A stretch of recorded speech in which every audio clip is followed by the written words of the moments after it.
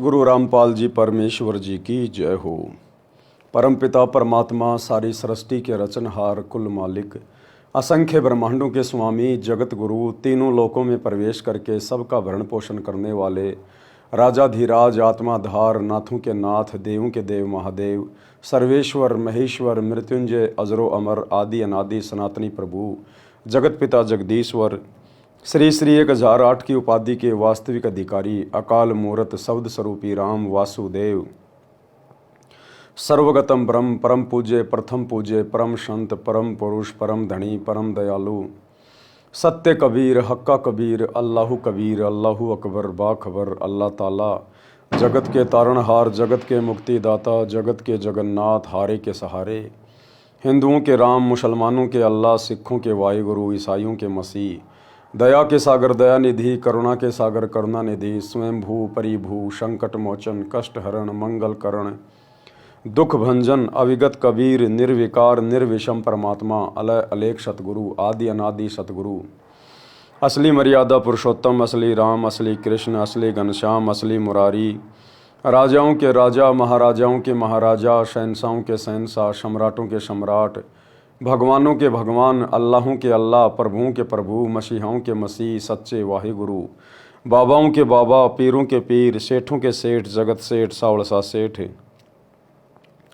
सर्वगुण संपन्न अनंत कोटि कलाओं के स्वामी अनंत कोटि ब्रह्मांडों के नायक योगियों में महायोगी ध्यानियों में महाध्यानी सिद्धों में परम सिद्ध ज्ञानियों में तत्व ज्ञानी ब्रह्म ज्ञानी महाज्ञानी परम ज्ञानी सर्वश्रेष्ठ ज्ञानी विज्ञानी युवा कबीर समरथ कबीर असमवात अमित ओजा सच्चे रहनुमा करीम अल्लाह शुभान अल्लाह दुनिया के अंतिम पैगंबर 8 सितंबर 1951 से गांव धनाना जिला सोनीपत हरियाणा भारतवर्ष की पावन भूमि पे प्रकट रियल कल की भगवान श्री नारायण साकार हरि श्री बाबा साहेब नूर अनंत परमात्मा संत श्रोमणी सतगुरु रामपाल जी परमेश्वर जी के चरण कमल में साध संगति से जुड़े हुए देश विदेश से आप और हम सभी सत्सेवक भाई बहनों का अनंत कोटि दंडवत प्रणाम। सत्साई भाई और बहनों, दया परमपिता परमेश्वर जी की सारी सृष्टि के सृजनहार सतगुरु रामपाल जी भगवान की जिनके विशेष आशीर्वाद से शुभ आशीर्वाद से उन्हीं के कर कमल से लिखित पवित्र पुस्तक जीने की राह के ऊपर वीडियो बनाने की श्रृंखला जारी है। इसी श्रृंखला में आज हमारा ये 21वें नंबर का वीडियो है। प्रत्येक वीडियो में गुरुदेव भगवान के आशीर्वाद से हमें भक्ति मार्ग से संबंधित बहुत सारी बातें पता चल रही हैं, जिन बातों को सुनकर देखकर पढ़कर हमारा दृढ़ विश्वास अपने पूज्य गुरुदेव भगवान के चरण कमल में बढ़ता ही जा रहा है और ये विश्वास ही है जो हमें एक दिन सतलोक में जा बैठाएगा। परमात्मा कहते हैं कहे कबीर सुनो वै साधो मैं तो हूँ विश्वास में। तो आज के वीडियो में आगे बढ़ते हैं। आज के वीडियो में गुरुदेव भगवान ने एक जति और सती भगत के लक्षण बताए हैं, साथ ही सती स्त्री के भी लक्षण बताए हैं और ये सांसारिक उदाहरण देकर हमें भक्ति मार्ग में दृढ़ करने का प्रयास किया है। पवित्र पुस्तक जीने की राह पार्ट नंबर 21 पेज नंबर 161। भगत जति तथा सती होना चाहिए। अब ये जति क्या होता है, सती क्या होता है? जति के लक्षण।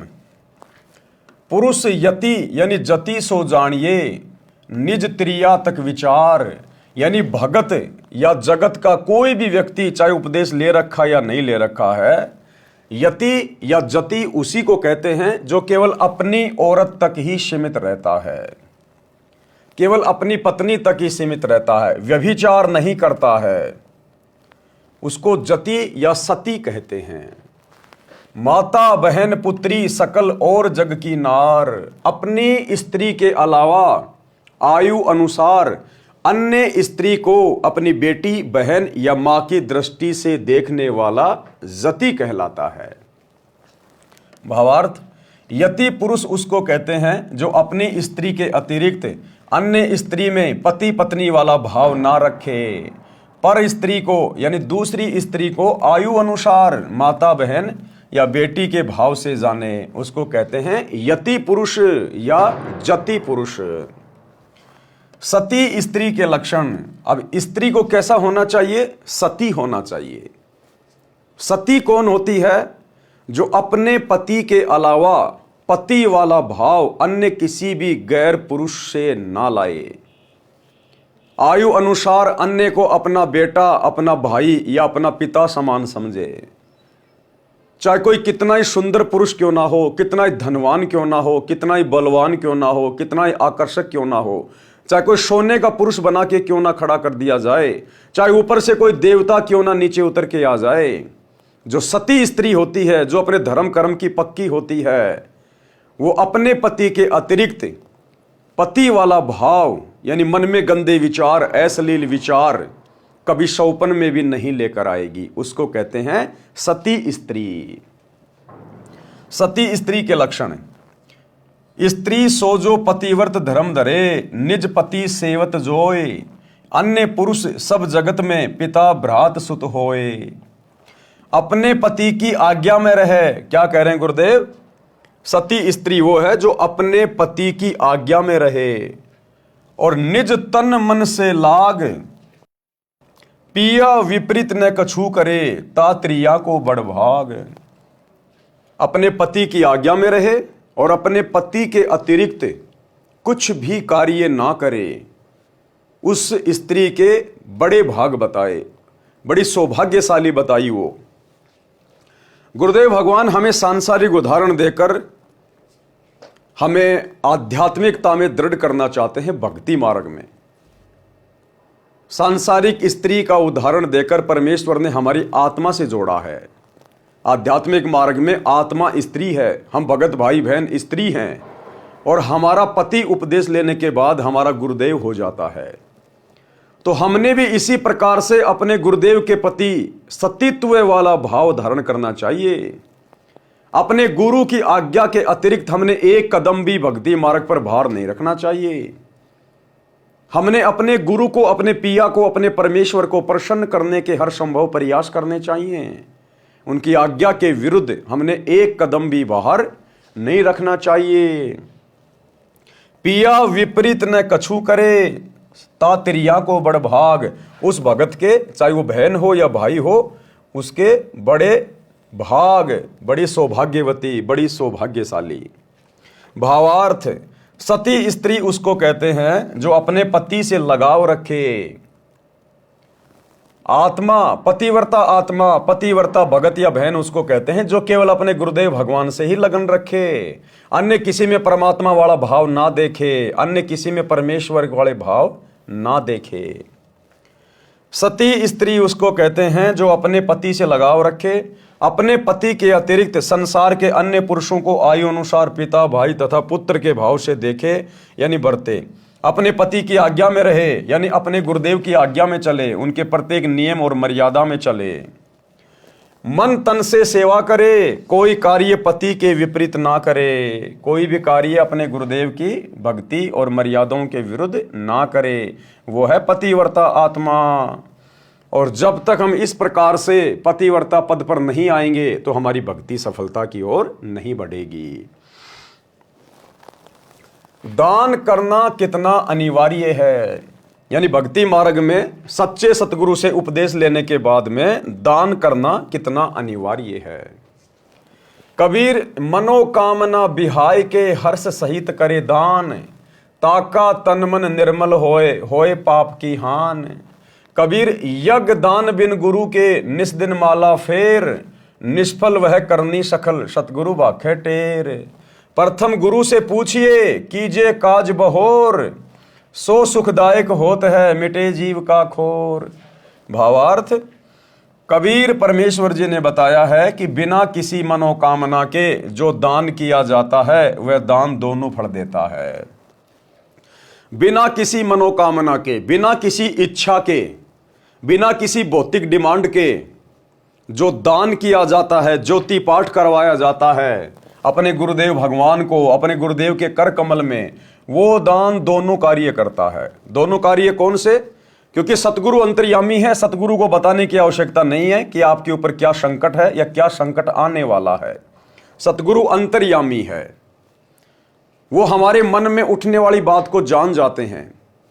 जिस घटना का जो आने वाले समय में घटने वाली है, हमारे ऊपर कोई संकट आने वाला है, कोई दुख आने वाला है, हम नहीं जानते, सतगुरु पहले से जानते हैं।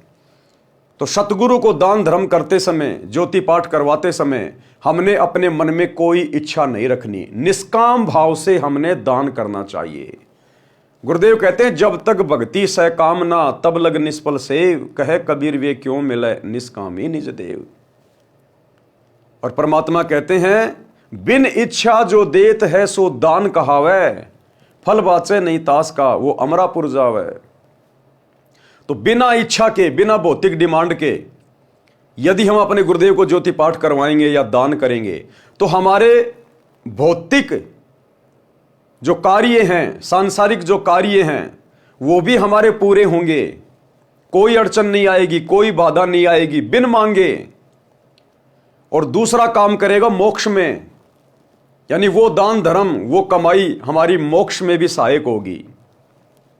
और यदि आपने डिमांड करके गुरुजी को ज्योति पाठ करवाई या दान किया, मन में कोई इच्छा आपके कि ये भगवान एक छोटा सा मेरे को प्लाट मिल जाए, ये भगवान मेरा लड़का नौकरी लग जाए, भले आप अपने गुरु से ना कहिए, लेकिन यदि आपके मन में कुछ इस प्रकार के विचार चल रहे हैं तो वो आपका सांसारिक कार्य तो हो सकता है परमात्मा पूरा कर देगा, आपके पोता भी हो जाएगा, आपका एक प्लाट भी ले लिया जाएगा, आपका बेटा भी नौकरी लग जाएगा, लेकिन वो दान धर्म का फल फिर आपके मोक्ष में काउंट नहीं होगा।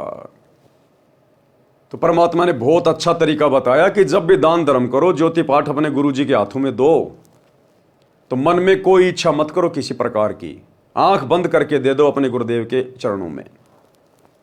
आपके दोनों कार्य सफल होंगे, आपके सांसारिक कार्य भी अंतर्यामी सतगुरु सफल करेगा और मोक्ष में भी वो भक्ति धन आपका ऐड हो जाएगा।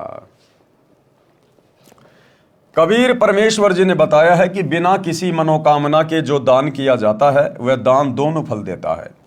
वर्तमान जीवन में कार्य की सिद्धि भी होगी तथा भविष्य के लिए पुण्य जमा होगा, और जो मनोकामना पूर्ति के लिए किया जाता है वह कार्य सिद्धि के पश्चात समाप्त हो जाता है। बिना मनोकामना पूर्ति के किया गया दान आत्मा को निर्मल करता है, पाप नाश करता है। पहले गुरु धारण करो, फिर गुरुदेव जी के निर्देश अनुसार दान करना चाहिए। सबसे पहले तो गुरु धारण करो, और गुरु भी सच्चा पूर्ण गुरु, तत्वदर्शी गुरु, और वो वर्तमान में केवल एक ही है पृथ्वी पे, सतगुरु रामपाल जी। गुरु धारण करने के बाद गुरुदेव जी के निर्देश अनुसार दान करना चाहिए। फिर आपने किसी भी ऐरे गहरे नथु बैरे के हाथों में दान नहीं देना, अपने किसी भी गुरु भाई के हाथों में दान नहीं देना, ज्योति पाठ का पैसा नहीं देना। अपने गुरुजी के निर्देशन में, गुरुजी से आज्ञा लेकर फिर आपने ज्योति पाठ करवानी है। ये नियम है जो गुरुदेव यहां लिख रहे हैं कि गुरु बिन माला फेरते, गुरु बिन देते दान, गुरु बिन दोनों निष्फल है चाहे पूछो वेद पुराण। गुरु बिन दान पुण्य जो करही, मिथ्या होय कभू न फल ही।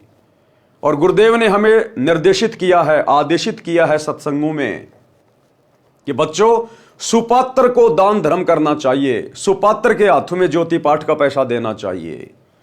और फिर गुरुदेव ने यह भी बताया कि बच्चों सुपात्र इस पूरी पृथ्वी पर आपके गुरु के अलावा कोई दूसरा नहीं है। गुरु का बेटा कभी सुपात्र नहीं होता, गुरु की बेटी सुपात्र नहीं होती, गुरु की पत्नी सुपात्र नहीं होती, गुरु का भाई सुपात्र नहीं है, कोई कोऑर्डिनेटर सुपात्र नहीं है। सतगुरु ही सुपात्र है, या फिर सतगुरु जिसको अपना अधिकारी नियुक्त कर दे, सार्वजनिक तौर पर ठप्पा लगा दे अपना, उसके बाद फिर वो अधिकारी होता है। तो ये ठप्पा भाई अधिकारी वाला जब तक सतगुरु रामपाल जी भगवान धरती पे हैं तब तक किसी और के ऊपर नहीं लगाएंगे, अपने बेटा बेटी के ऊपर नहीं लगाएंगे, भाई बंधुओं के ऊपर नहीं लगाएंगे, किसी कोऑर्डिनेटर के ऊपर नहीं लगाएंगे। तो वर्तमान समय में जो कि 2025 का समय चल रहा है और 2014 में बरवाला कांड हुआ, गुरुदेव भगवान जेल में बैठे हुए हैं। आज गुरुदेव भगवान की गैर हाजिरी में, गुरुदेव भगवान से पूछे बिना, उनसे आज्ञा लिए बिना, उनके ज्ञान के विपरीत लाखों की संगत इन फर्जी सतलोक आश्रमों में जा जाके अपने गुरुदेव के नियम और मर्यादाओं की धज्जियां उड़ा रही है, और बिना गुरु आज्ञा के अर्थात हिसार जेल में जाकर अपने गुरुजी से आज्ञा लिए बिना ज्योति पाठ और दान करवा रही है। किनको? कुपात्रों को, गुरुदेव के परिवार को, कोऑर्डिनेटरों को। और ये कुपात्र संगत की आंखों के सामने उस दान का जी भरकर दुरुपयोग भी कर रहे हैं। क्योंकि कुपात्र तो दुरुपयोग ही करेगा, आपके दान को बर्बाद ही करेगा। अन्यथा भैया सतगुरु का वचन फेल हो जाएगा। फिर सतगुरु ने क्यों कहा कि सुपात्र को दान करना चाहिए और सुपात्र केवल सतगुरु होता है? तो आपने तो कुपात्रों को दे दिया, कुपात्रों को। गुरु का परिवार आपका सतगुरु नहीं है, ये कोऑर्डिनेटर आपके सतगुरु नहीं है। आपने किन कुपात्रों को दे दिया इस परीक्षा के समय में? और ये कुपात्र जी भर के आपके करोड़ों के दान का दुरुपयोग कर रहे हैं, आपके कर्म फोड़ रहे हैं, आपकी मर्यादा तोड़वा रहे हैं। धनाना गांव में करोड़ों रुपये का स्टेडियम बना दिया, जो कि गुरुदेव की आज्ञाओं के खिलाफ, सत्संगों के विपरीत। हरियाणा के जाट आरक्षण में करोड़ों रुपया चंदे के रूप में दे दिया। आनंदपाल सिंह जैसे गैंगस्टरों की सीबीआई जांच के समर्थन में 5 लाख रुपए दे दिए। हरियाणा के गोहाना जाट महासभा का 5वां फ्लोर बनवा दिया गया, जो 1 करोड़ से ऊपर बनेगा। अयोध्या में भंडारा लगा दिया काल पुजारियों के लिए।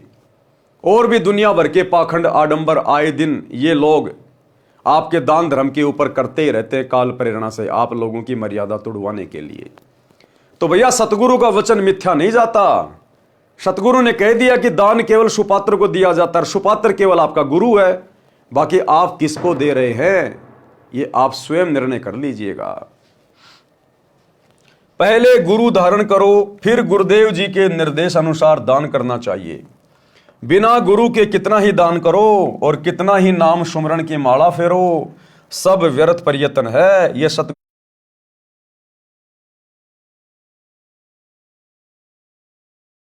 का तो ये मतलब है कि सबसे पहले सच्चा गुरु धारण करो, उसके बाद में दान करो। ठीक है भाई साहब, हमने सच्चा गुरु धारण कर लिया सतगुरु रामपाल जी को, अब क्या आंखें बंद करके दान करें किसी को भी? भाई गुरु तो हमने बना लिया सतगुरु रामपाल जी को, तो क्या अब आंखों पे काली पट्टी बांध के रोड पे खड़े भिखारी को पैसे दे दें, किसी भी शराबी को पैसे दे दें, किसी भी उल्टे कार्य में पैसे लगा दें, मंदिर में जाके दान कर दें, मस्जिद में जाके दान कर दें? क्योंकि गुरु तो हमने बना ही लिया, अब हमें दोष क्या लगेगा? तो इन वाणियों का एक नहीं अनेकों अर्थ निकलते हैं। सबसे पहले तो सच्चा गुरु धारण करो दान करने के लिए। सच्चा गुरु धारण करने के बाद गुरु ने जो मर्यादा बताई है कि केवल सुपात्र को दान देना है। अब सुपात्र सतगुरु के अलावा धरती पे कोई दूसरा नहीं है, तो आप किसको दान दे रहे हैं वर्तमान में इन फर्जी सतलोक आश्रमों में जाकर? ये गुरुदेव के आध्यात्मिक निर्देशन के बिल्कुल विपरीत है। विपरीत आपका दान कुपात्रों के हाथों में जा रहा है। प्रथम गुरु की आज्ञा लें, तब अपना नया कार्य प्रारंभ करना चाहिए। वह कार्य सुखदायक होता है तथा मन की सब चिंता मिटा देता है। कोई भी कार्य करने से पहले अपने गुरुदेव भगवान की आज्ञा अवश्य लें। जैसे आप कोई मकान बना रहे हैं, दुकान बना रहे हैं, मकान में आप जी प्रवेश कर रहे हैं, अपना नया कोई कारोबार खोल रहे हैं, तो सर्वप्रथम अपने गुरुदेव की आज्ञा अवश्य लें। और वर्तमान में गुरुदेव भगवान हिसार जेल में बैठे हैं, आम भगत उनसे मिल नहीं सकता, उनके परिवार ने धर्म को धंधा बना लिया, उनके ऊपर विश्वास किया नहीं जा सकता। तो वर्तमान में अपने गुरुदेव के ज्ञान को आधार बनाकर और घर पर दरबार साहिब के सामने अपनी अर्जी अपने गुरुदेव को दंडवत प्रणाम करते हुए हृदय से लगाइए और अपने गुरुदेव से आज्ञा लीजिए और अपना कार्य शुरू कीजिए। कबीर अभ्यागत आगम निरखी, आदर मान समेत, भोजन छाजन बित यथा सदा, काल जो देत। भावार्थ, आपके घर पर कोई अतिथि आ जाए तो आदर के साथ भोजन तथा बिछावना अपनी वित्तीय स्थिति के अनुसार सदा समय देना चाहिए। यानी एक अच्छे व्यक्ति के लक्षण बताए हैं, एक अच्छे भगत के लक्षण बताए गुरुदेव ने। यदि आपके घर पर कोई अतिथि आ जाए, कोई भी आ जाए, और यदि नेक इंसान है, अच्छा इंसान है, तो आदर सत्कार के साथ हमने उसके साथ में वार्तालाप करनी चाहिए, प्यार प्रेम के साथ में भोजन करवाना चाहिए, जैसा भी हमारा सामर्थ्य है। और जैसा भी है, यदि रात्रि को रुकना चाहता है तो बड़े इज्जत के साथ आप उनका बिछावना लगाइए। ये एक नेक इंसान के परमात्मा ने लक्षण बताए हैं। सोई मलेच्छ समझानिए, ग्रही जो दान विहीन, यही कारण नित दान करे, जो नर चतुर परवीन। भावार्थ, जो गृहस्थी व्यक्ति दान नहीं करता वह तो मलेच्छ यानी दुष्ट व्यक्ति के समान है। इसलिए हे बुद्धिमान, नित दान करें, क्योंकि गृहस्थी व्यक्ति के ऊपर पाप कर्म बहुत ज्यादा होते हैं। गृहस्थी व्यक्ति अपने घर में भी काम करते हैं, झाड़ू पोछा भी करते हैं, कपड़े भी धोते हैं, खेतों में काम भी करते हैं, बिजाई भी करते हैं, खेतों की जुताई भी करते हैं, तो उसमें बहुत ज़्यादा जीव हत्या होती है। इसलिए गृहस्थी व्यक्ति को सबसे पहले सच्चा सतगुरु धारण करना चाहिए और उसके बाद यथासंभव दान अवश्य करना चाहिए। पात्र कुपात्र विचार के तब दीजिए ताही दान, देता लेता शुक्ल है अंत होए नहीं हान। अब क्या कह रहे हैं गुरुदेव कि पात्र और कुपात्र को विचार कर लेना चाहिए कि दान लेने का पात्र कौन है, यानी सुपात्र कौन है, और कुपात्र कौन होता है। कुपात्र यानी जो अधिकारी नहीं है। कहते हैं दान देने से पहले सुपात्र और कुपात्र जांच कर लेना चाहिए।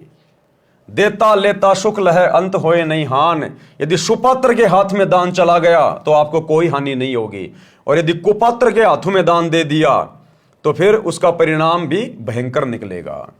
भावार्थ, दान कुपात्र को नहीं देना चाहिए। अब सतगुरु रामपाल जी के अलावा धरती पर कोई भी सुपात्र नहीं है।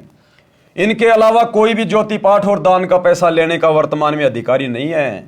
अब वर्तमान में संगत किन के हाथों में दे रही है, स्वयं विचार कर लेना भाई। सुपात्र को दान हर्षपूर्वक देना चाहिए। अब सुपात्र सतगुरुदेव भगवान तो हिसार जेल में बैठे हैं भाई। हिसार जेल में परीक्षा चल रही है। या तो हिसार जेल में अपने गुरुदेव से जाकर आमने सामने प्रत्यक्ष उनसे भेंट करके आज्ञा लेके उसके बाद दीजिए, अन्यथा अपने दान को अपने घर पे रखिए भैया। जब गुरुदेव आए उसी समय उनके कर कमल में दीजिए। सुपात्र गुरुदेव बताया। सुपात्र कौन है? गुरुदेव। और कोई सुपात्र नहीं है धरती पर, दान लेने का कोई अधिकारी नहीं है। सुपात्र गुरुदेव बताया है। फिर कोई भूखा है उसको भोजन देना चाहिए। रोगी का उपचार अपने वित्त सामने धन देकर करना। क्या कह रहे हैं गुरुदेव? यदि कोई भूखा है तो उसको भोजन देना चाहिए। भोजन के पैसे नहीं देने चाहिए। नगद 1 रुपया भी भगत ने किसी को नहीं देना अपने गुरु के अलावा। चाहे कोई कितना ही गिड़गिड़ाए, कितना ही रोए, कितना ही नौटंकी करे, भगत ने भावनाओं में नहीं बहना। आवश्यकता से अधिक दया धर्म भी भगत के लिए हानिकारक होता है। हमने राजा जनक जैसी गलती नहीं करनी। उन 12 करोड़ नरक में पड़ी हुई आत्माओं की पुकार सुन के, ये कलयुग की बिचली पीढ़ी है, फूक फूक के कदम रखना पड़ेगा। काल तो वैसी परिस्थितियां प्रकट करेगा हमें डुबोने के लिए, हमारी मर्यादा तुड़वाने के लिए। और सतगुरु भी वर्तमान में जेल में बैठ के वही देख रहा है कि मेरे हैं कितने, मेरे ज्ञान को आधार बनाकर कितने भक्ति कर रहे हैं, देखा देखे में भेड़ की पूंछ पकड़ के कितने चल रहे हैं। आप यदि कोई भूखा है तो उसको भोजन खिला दीजिए, आपके घर से बना के खिला दीजिए। या आप यदि बाजार में हैं और कोई आपसे भोजन की डिमांड कर रहा है, वास्तव में भूखा है, तो किसी भी दुकान से भोजन लेकर आप उसको दे दीजिए। आपने नगद पैसा बिल्कुल भी नहीं देना, बिल्कुल भी। यदि आप जल्दबाजी में हैं, उसको भोजन करवाने की स्थिति में नहीं है, तो हाथ जोड़ लीजिए कि भाई साहब माफ करना, अभी मैं थोड़ा जल्दी में हूं। फिर कोई भूखा है उसको भोजन देना चाहिए। रोगी का उपचार अपने वित्त सामने धन देकर करना। यदि कोई रोगी है, कोई बीमार है, चाहे आड़ोसी हो, चाहे पड़ोसी हो, चाहे रिश्तेदार हो, हमने उनको नगद पैसे नहीं देने कि भाई साहब मेरा बेटा बहुत बीमार हो गया, मेरे फोन पे में पैसे डाल दे। समय नहीं है भाई साहब, भावनाओं में नहीं बहना, जल्दबाजी नहीं करनी बिल्कुल भी। अपनी आंखों के सामने अगर दवा की जरूरत है तो मेडिकल पे जाइए। 2, 4, 5 हजार जितने की भी दवा की आवश्यकता है, यदि आप समर्थ हैं तो आप अपनी जेब से मेडिकल वाले को पैसे दीजिए। जितने की दवा है उतने ही, 1 रुपया भी नहीं फालतू। उसको 100 रुपए भी फालतू नहीं देने के हिसाब तो अपने खर्चे के लिए रख ले। हाँ, यदि हमारा कोई भगत भाई बहन है, नाम उपदेश ले रखा है, मर्यादा में है, उसको हम नगद पैसा देके उधार मदद कर सकते हैं, क्योंकि वो परमात्मा का भगत है, वो पैसे का दुरुपयोग नहीं करेगा। और यदि फिर भी वो दुरुपयोग करेगा तो सजा फिर वो भोगेगा, हम नहीं भोगेंगे, क्योंकि हमने तो अपनी आंखों के सामने उसकी स्थिति को देखकर हमने उसकी मदद की है। अब वो यदि अपने कर्म फोड़ रहा है, अपने भगवान को धोखा दे रहा है, तो लाख बार दे। लेकिन जगत वाला कोई भी व्यक्ति हो, चाहे रिश्तेदार हो, चाहे अड़ोसी हो, चाहे पड़ोसी हो, उनको नगद पैसा नहीं देना, चाहे कोई कितना बीमार हो। डॉक्टर की फीस देने में वो समर्थ नहीं है, यदि आप समर्थ हैं, उसकी मदद करना चाहते हैं, तो आप जी खुद जाइए हॉस्पिटल में, डॉक्टर से पूछिए साहब आपकी कितनी फीस है, बोलेगा साहब 3,000 रुपये, लीजिए साहब 3,000 रुपये, और उसको बोल दीजिए भाई मैं आपको ये उधार दे रहा हूं, ये पैसा आप मेरा लौटा देना। फ्री में मदद नहीं करनी, बिल्कुल भी ना भगत की ना जगत की, फ्री में मदद नहीं करनी, उधार का बोल के दीजिएगा। अगर वो नहीं चुका पाएगा किसी कारण से, तो फिर कोई दिक्कत नहीं होने वाली, क्योंकि हमने फ्री में नहीं दिया, हमने तो उधार दिया। अब कोई सामने वाला देने में समर्थ नहीं है या उसकी नीयत खराब हो गई, तो फिर हम भगतों को दोष नहीं है, उसके कर्म फिर उसके साथ में है। तो इस प्रकार से भाई और बहनों, हमने किसी की भी मदद करते समय किसी भी प्रकार की बहुत सोच समझ के कदम रखना है। यह काल का भयंकर जाल है, वो कदम कदम पर भक्तों के साथ में धोखा करने का प्रयास करेगा। हमने भावनाओं में नहीं बहना, जल्दबाजी में कोई डिसीजन नहीं लेना। दुनिया मरे तो मरे, उनकी जल्दबाजी में हम क्यों मरे अपनी मर्यादा तोड़ के। अगर इतना ही ज्यादा दुखी है, परेशान है, तो आजा भगवान की शरण में, नाम दीक्षा ले, संकल्प ले, भक्ति कर, अपनी सत्संग सुनना शुरू कर। अगर इतना ज्यादा दुखी हो रहा है तो हमने किसी के दुख में भावनाओं में बहकर अपनी मर्यादा नहीं तोड़नी है। ये दुनिया आए दिन लाखों मर रही है, मर जाएंगे, मरने दो। भक्ति नहीं करेगा वो आज, नहीं तो वो कल मरेगा, लेकिन हम क्यों मर्यादा तोड़ के मरे उसके चक्कर में। तो यदि कोई रोगी है तो भाई डायरेक्ट नगद पैसा मत देना, आप सामने जाकर गोली दवाई दिलवा दो। बाढ़ पीड़ित, यदि कोई बाढ़ आ गई कहीं पर, भूकंप आ गया, और यदि आप समर्थ हैं तो आप किसी के मोबाइल पे, फोन पे या बहुत सारे लोग उस समय वीडियो बनाएंगे, आप बाढ़ पीड़ितों की मदद कीजिएगा, वहां भूकंप आ गया, आपकी मदद की आवश्यकता है। आप यदि 100 रुपए भी डालेंगे तो लाखों रुपए हो जाएंगे, लोगों की मदद हो जाएगी। हमने इन भावनाओं में नहीं बहना, फालतू का दानी नहीं बनना। यदि आपके आसपास ऐसा कोई सिस्टम है, कहीं बाढ़ आई है, कोई भूकंप आया है, आप जी अपने घर से भोजन भंडारा बनवा के लेके जाइए और उसके बाद आप उनको भोजन दीजिएगा। या मार्केट से कोई चीज वगैरह, कोई फल फ्रूट वगैरह, या कोई फूड पैकिंग वगैरह, और फूड पैकिंग भी ऐसी होनी चाहिए जिसको आदमी बेच ना दे। आजकल ये भिखारी भी बड़े एडवांस हैं। आप किसी को भी क्या करोगे, बिस्कुट का पैकेट दे दोगे, वो उसको दुकान वाले को 3 रुपए में दे देगा वापस, और 2 रुपए जो बचेंगे उसका गुटखा लेके खा लेगा। आप जिसको भी बिस्कुट दें, कोई भी फूड दें जो पैकिंग होता है, थोड़ा सा उसको फाड़ दें, बिस्कुट के पैकेट को थोड़ा 2 टूक कर दें बीच में हल्का सा, या और कोई भी पैकिंग का सामान है उसकी पैकिंग को थोड़ा सा फाड़ दें। नहीं तो आजकल बड़े उस्ताद हैं, ये 100 रुपए की चीज को 25 रुपए में दुकान वाले को दे देंगे। अब 25 रुपए तो गए ना, 25 रुपए का जो वो उल्टा काम करेगा, नुकसान तो हमें हुआ ना फिर। तो बहुत सोच समझ के भाई और बहनों, तो बाढ़ पीड़ितों को भी भोजन खिलाइए, खाने पीने का सामान दीजिए, नगद पैसे नहीं। भूकंप पीड़ितों को समूह बनाकर भोजन, कपड़े अपने हाथों से देना सुपात्र को दिया गया दान है। क्या कह रहे हैं गुरुदेव, अपने हाथों से देना। अब हाथों से कब देंगे, वहां पहुंच के देंगे। घर बैठे मोबाइल पे स्कैन करके रुपए नहीं डालेंगे। अपने हाथों से देने का मतलब वहां पहुंच के देना, अपनी आंखों के सामने कि वास्तव में इसको आवश्यकता है, और नगद बिल्कुल नहीं देना। तो इतनी सावधानी हमने बरतनी है। अपने हाथों देना, सुपात्र को दिया दान कहा है, इससे कोई हानि नहीं होती है। धर्म बोध पृष्ठ 189 का सारांश। कबीर फल कारण सेवा करे, निस्दिन याचे राम, कहे कबीर सेवा नहीं, जो चाहे चौगुने दाम।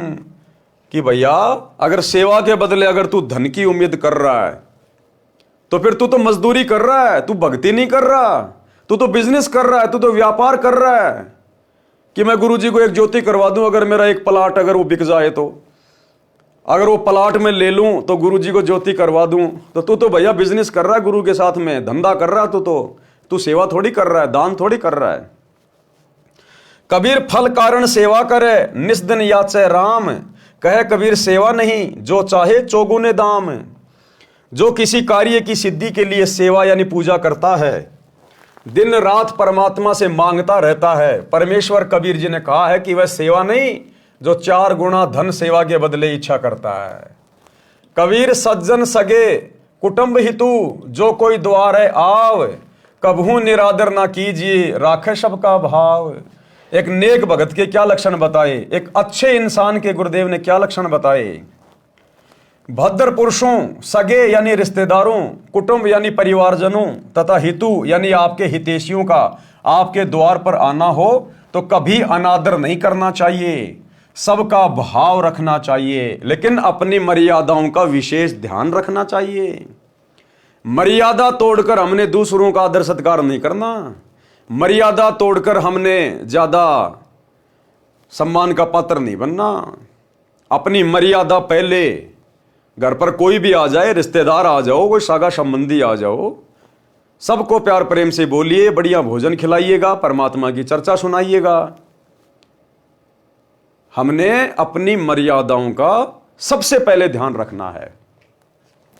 कबीर कोड़ी कोड़ी जोड़कर कीने लाख करोड़, पैसा एक ना संग चले केते दाम बटोर। कि भैया कितना ही जोड़ ले, कितना ही बैंक भर ले, कितना ही दुनिया लूट ले, रिश्वत ले ले, ठग ले, अंत में तेरे साथ एक फुट्टी कोड़ी भी नहीं जाएगी।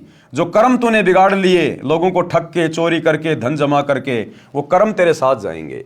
भावार्थ, दान धर्म पर पैसा खर्च किया नहीं, लाखों करोड़ों रुपए जमा कर लिए, संसार छोड़कर जाते समय एक पैसा भी साथ नहीं चलेगा, चाहे कितना ही धन संग्रह कर लो।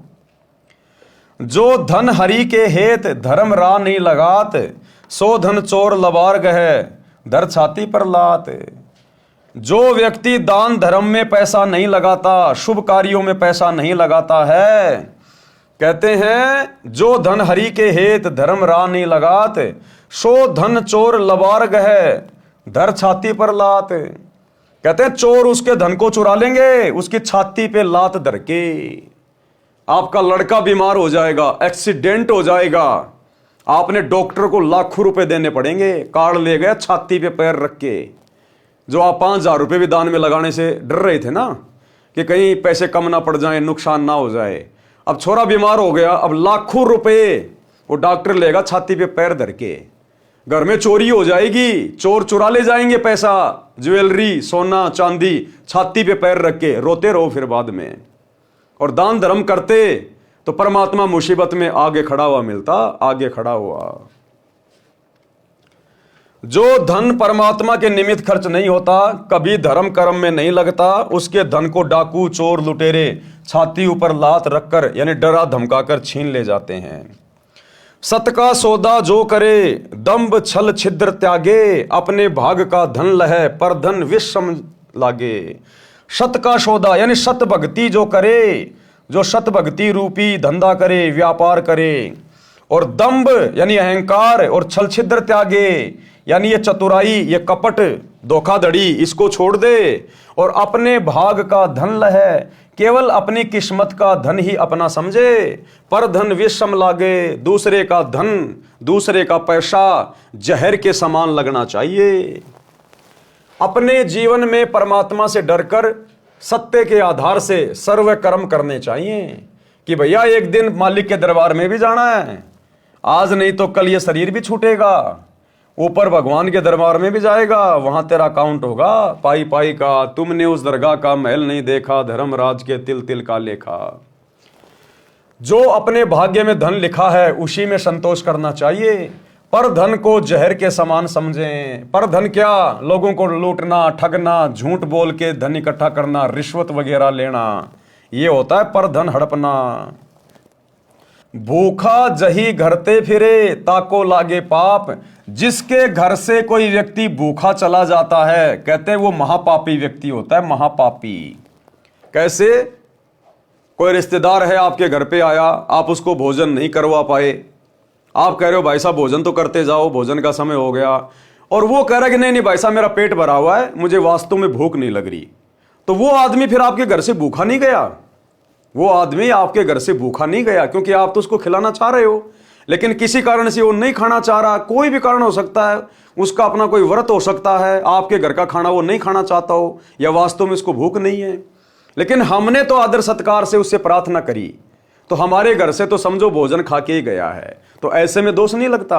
हाँ, यदि आपकी बोलचाल से, आपके झगड़ालू स्वभाव से, आपके द्वारा कुछ उल्टा सीधा बोलने से यदि वो व्यक्ति नाराज होकर और भोजन करके नहीं जाता है, या आपने उसको भोजन नहीं करवाया, तो फिर आप जी परमात्मा के दोषी बनते हैं। तो भगत ने आए हुए को एक प्रकार से, जैसे कहते हैं ना कि भाई घर पे आया हुआ तो भगवान समान होता है, मेहमान तो भगवान समान होता है, तो हमने उसी भाव से उनको भोजन पानी के लिए जरूर प्रार्थना करनी चाहिए। और कोई नहीं खा के जाता है अपनी मर्जी से, तो फिर हमें दोष नहीं है। भूखा जहीं करते फिरे ताको लागे पाप, भूखों भोजन जो देत है कटे कोटि संताप। करोड़ों पाप कर्म नष्ट हो जाते हैं जो भूखे को भोजन खिलाता है। अब भाई और बहनों, ये वाणी क्या कह रही है? भूखा जहीं घरते फिरे, जिस घर से भूखा व्यक्ति चला जाए ताको लागे पाप। यहां तो गुरुदेव कह रहे हैं अगर आपके घर से कोई भूखा चला गया आपकी कमजोरी के कारण, तो आप बहुत बड़े पाप के भागी हैं। तो सोचिए भाई और बहनों, दूसरे के घरों में घुसकर यदि कोई किसी को भोजन ना करने दे, खाना ना खाने दे, उसके भोजन को उठा के फेंक दे, उनके साथ में मार पिटाई करे बेवजह अपने स्वार्थ के लिए, तो उनको क्या पाप लगेगा?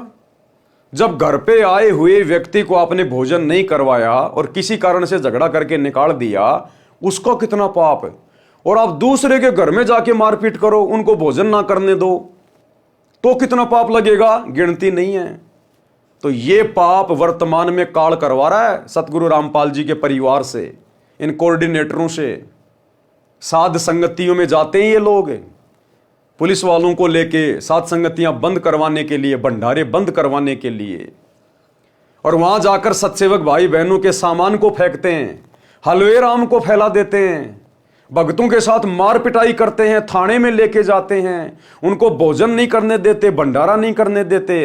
तो सोचिए इन राक्षसों के साथ, गुरुदेव के परिवार के साथ और इन कोऑर्डिनेटरों के साथ और इनके चक्कर में जो आम संगत आकर इस प्रकार का कुकृत्य कर डालती है सत्सेवकों के साथ, सोचिए उन लोगों के साथ में क्या बीतेगी आने वाले समय में।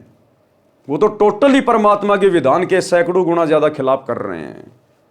इसलिए भाई और बहनों, दास बार बार कहता है कि जो दुर्गति आने वाले समय में संत रामपाल जी के उन भक्तों की होगी जो जानबूझ के आंख बंद करके बैठे हैं, इतनी तो जगत वालों की भी नहीं होगी, क्योंकि ये लोग जानबूझ के सांची तज रहे हैं। भावार्थ, जिस घर से कोई भूखा लौट जाता है उसको पाप लगता है, और भूखों को भोजन देने वालों के करोड़ों विघ्न टल जाते हैं। वैसे तो बहुत सारी साध संगतियों में इन लोगों ने उपद्रव मचाया है, लेकिन विशेषकर जब दिल्ली में साध संगति थी, भोजन भंडारा तैयार था, सभी भगत भाई बहन तकरीबन 40 से 50 दूर दूर से आए हुए अन्य स्टेट से बेचारे शाम को अपने गुरुदेव को भोग लगा रहे थे, बड़ी भोग की आरती के साथ। उसी समय सतलोक आश्रम वालों ने एंट्री मार दी, पुलिस वालों को दारू पिला के लेके गए और भक्तों को बहुत बुरी तरह से मार पिटाई करवाई, थाने में लेके गए, भंडारे को फैला दिया, किसी को भंडारा नहीं करने दिया। बेचारे भगत ना जाने कहां कहां से भूखे आए थे, अपने गुरुदेव को भोग लगा रहे थे कि बाद में चलो भंडारा करेंगे, बेचारे वापस भूखे गए। तो सोचिए भाई और बहनों, ये साध संगतियां वर्तमान में पृथ्वी पर एकमात्र सत्य समागम है। साध संगतियों के समान धर्म कहीं नहीं हो रहा वर्तमान में धरती पर कहीं भी। इन सतलोक आश्रमों में तो पाखंड चल रहा है, कोरा पाखंड। केवल धार्मिक धंधे के लिए संगत को लूटा जा रहा है, अपनी मान बढ़ाई के लिए, दिखावे के लिए लड्डू जलेबी बर्फी। यहां गुरु को परमात्मा मान के उनको भोग नहीं लगाया जाता। ये लोग तो पाप का भोजन खा रहे, दुनिया को खिला रहे इन आश्रमों में। क्योंकि जो अपने गुरु को इष्ट मान के, कबीर भगवान मान के उनको भोग नहीं लगाता है, वो तो समझो पाप खा रहा है, गीता अध्याय 3 श्लोक 13 के अनुसार। तो इन सतलोक आश्रमों से जुड़े भाई बहन, गुरुदेव का परिवार, ये कोऑर्डिनेटर, ये अपने गुरु को इष्ट नहीं मानते। ये तो उस कागज की दाढ़ी मूछ वाली कबीर जी की समझे जाने वाली नकली फोटो को भगवान मानते हैं। तो ये तो वैसे भी पाप का भोजन है, चाहे कितना मर्जी खा लो, कुछ भी खा लो बना के। एकमात्र सत्य समागम गुरुदेव की गैर हाजिरी में 2014 बरवाला कांड के बाद यदि धरती पर कहीं हो रहे हैं तो केवल साध संगतियों में, और उन साध संगतियों में जाकर काल प्रेरणा से उत्पात मचाना, भंडारे बंद करवाना, ये दुनिया के सबसे बड़े पापी हैं, सबसे बड़े पापी। अरे रावण के कोई सींग थोड़ी थे, कंस के कोई सींग थोड़ी थे, हिरण्यकश्यप के कोई सींग थोड़ी थे, लंबे लंबे दांत थोड़ी थे। आप और हमारी तरह इंसान थे।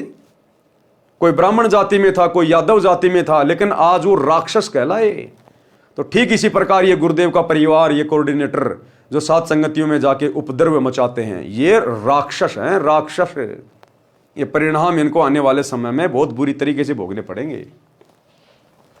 प्रथम संत को जिमाइए, पीछे भोजन भोग, ऐसे पाप को टालिए, कटे नित्य का रोग। प्रथम संत को जिमाइए। अब भैया हम रोजाना संत को कहां से लाएं जिमाने के लिए? रोजाना भगत कौन आएगा आपके घर पे भंडारा करने के लिए? और रोजाना संत को भोजन करवाए बिना आपके पाप कटेंगे नहीं। इसलिए परमात्मा ने गीता अध्याय 3 श्लोक नंबर 13 में लिखा है कि परमात्मा को भोग लगाए बिना, यानी उस संत को जिमाए बिना जो व्यक्ति भोजन खाएगा वो तो पाप खाएगा, पाप। इसलिए सतगुरु ने अपनी प्यारी आत्माओं को, सत्सेवकों को बचाने के लिए काल के कहर से और अपने शास्त्र अनुकूल भक्ति विधान अनुसार आगे बढ़ाने के लिए यह प्रेरणा की है कि बच्चों घर घर में अपने गुरुदेव को इष्ट मान के भोग लगाओ। और सत्सेवकों ने घर घर में अपने गुरुदेव का आसन लगा दिया, बेड लगा दिया, अपने गुरु को ही अपना इष्ट मान के, और जो नकली इष्ट है दाढ़ी मूछ वाला कबीर, उसको घर से बाहर निकाल दिया और अपने गुरु को इष्ट मान के रोजाना संत को जिमा रहे हैं। क्योंकि प्रथम संत तो हमारे गुरुदेव हैं, हम तो फिर छोटे संत हैं। अरे प्रथम तो हमारे गुरुदेव हैं, हम तो उनके बाद हैं। तो क्या कह रहे हैं यहां परमात्मा वाणी में? प्रथम संत को जिमाइए और पीछे भोजन भोग, ऐसे पाप को टालिए, कटे नित्य का रोग। अब मान लीजिए किसी घर में 5 भगत हैं, वो 5 संत हैं। अब बताइए 5 संत हैं, लेकिन पहले वो खिलाएंगे किसको? क्योंकि आदेश क्या हो गया? प्रथम संत को जिमाइए। तो मान लीजिए आपने अपने बेटों को जिमा दिया, वो भगत हैं, तो आपको तो मिल गया पुण्य, लेकिन आपके बेटों को पुण्य कहां मिला? क्योंकि उन्होंने तो संत को जिमाए बिना भोजन कर लिया। और यदि आपके बेटे पहले आपको जिमा रहे हैं तो फिर आप पाप से दूर नहीं हट पाएंगे, क्योंकि आपने किसी संत को भोजन करवाए बिना आपने कैसे खा लिया? तो यहां संत कौन है असल में? जो उन 5 को लाभ मिलेगा उसको भोजन करवाने से। सबसे बड़ा संत हमारा गुरु। इसलिए अपने गुरुदेव को भोग लगाइए, भोग की आरती के साथ। ये अन्नदेव की आरती नहीं, थाली में रोटी डाल ली, एक टुकड़ा तोड़ के रख दिया और अन्नदेव की छोटी आरती कर दी। वो संत जिमाना नहीं है, वो तो तुम जिम रहे हो। संत कहां जिम रहा है?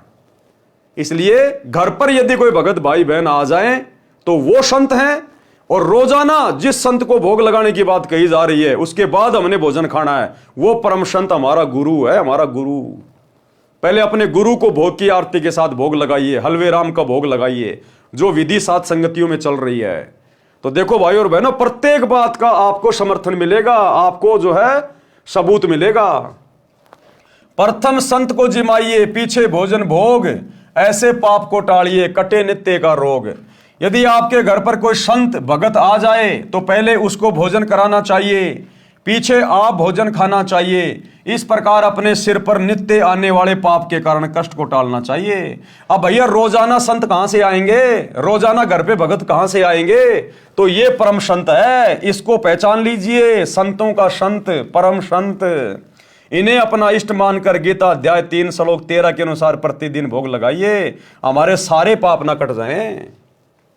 कर्म बोध पृष्ठ 180 का सारांश। कबीर यद्यपि उत्तम कर्म करी रह रहित अभिमान, कि भगत ने केवल श्रेष्ठ कर्म करने चाहिए।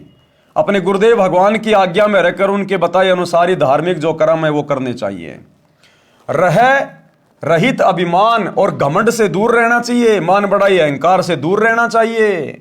साधु देख सिर नावते करते आदरमान, और भगत को देखते ही सिर झुक जाना चाहिए। सतसाई भगत जी कहते हैं वो भगत सफल होगा। और यहां भक्तों को जा जाके लठों से मार रहे हैं, सात संगतियों में भक्तों पे मुकदमा करवा रहे हैं, भक्तों को जेल करवा रहे हैं।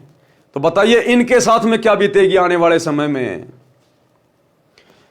भावार्थ, अभिमान त्याग कर श्रेष्ठ कर्म करने चाहिए। अब भैया अभिमान तो कूट कूट के भर दिया काल ने संगत में, वर्तमान में गुरुदेव की गैर हाजिरी में। अभिमान कहां से त्यागेंगे और श्रेष्ठ कर्म कहां से करेंगे? ये तो घटिया कर्मों में लग गए। राजनेताओं की रैलियों में धक्के खाना श्रेष्ठ कर्म नहीं है भक्ति मार्ग में।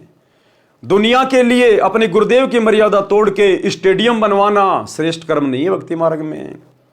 अयोध्या में जाके आन उपासना को बढ़ावा देते हुए काल पुजारियों के लिए भंडारा लगाना यह श्रेष्ठ कर्म नहीं है गुरुदेव के अनुसार। हरियाणा के जाटों की धर्मशाला बनवाना, करोड़ों रुपया भक्तों के दान पाठ का ज्योति का बर्बाद करना यह श्रेष्ठ कर्म नहीं है। जाट आरक्षण में करोड़ों रुपया चंदे में दे देना, भक्तों की मर्यादा तोड़वाना वहां बैठा कर, यह श्रेष्ठ कर्म नहीं है।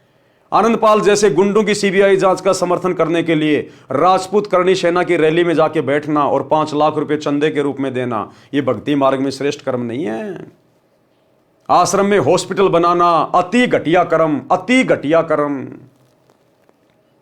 तो भाई और बहनों, परमात्मा का विधान क्या कह रहा है, गुरुदेव का संविधान क्या कह रहा है और भगत समाज किस दिशा में जा रहा है, इसी बात की परीक्षा लेने के लिए, अपने सिर से नकली भक्तों का बोझ उतारने के लिए परमात्मा ये लीला कर रहे हैं। इस आर जेल में बैठने की किसी ने बांध नहीं रखा है, वो अबंध परमात्मा है। अभिमान त्याग कर श्रेष्ठ कर्म करने चाहिए। संत भगत को आता देखकर शीश झुकाकर प्रणाम तथा सम्मान करना चाहिए। कबीर बार बार निज शरणते सुने जो धर्म पुराण, कोमल चित उदार नित हिंसा रहित बखान। भगत को चाहिए कि वह बार बार धर्म कर्म के विषय में सत्संग ज्ञान सुने और अपना चित्त कोमल रखे। अहिंसा परम धर्म है, ऐसे अहिंसा संबंधी प्रवचन सुनने चाहिए। कबीर न्याय धर्म युक्त कर्म सब करे, न करना कभू अन्याय। जो अन्यायी पुरुष है बंधे जमपुर जाए। सदा न्याय युक्त कर्म करने चाहिए, कभी भी अन्याय नहीं करना चाहिए।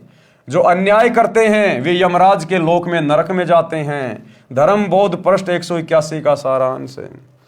आम संगत यदि बेचारी कानों में सोना पहन ले, कोई चांदी के आभूषण पहन ले, तो तुरंत उनका सतलोक आश्रम वालों की तरफ से पीला पर्चा निकाल दिया जाता है कि गुरुजी का आदेश है, ये अभी तक सोना पहनता है और सारनाम भी ले रखा है, इसकी सभी आश्रमों से नामदान सेंटरों से नो एंट्री की जाती है।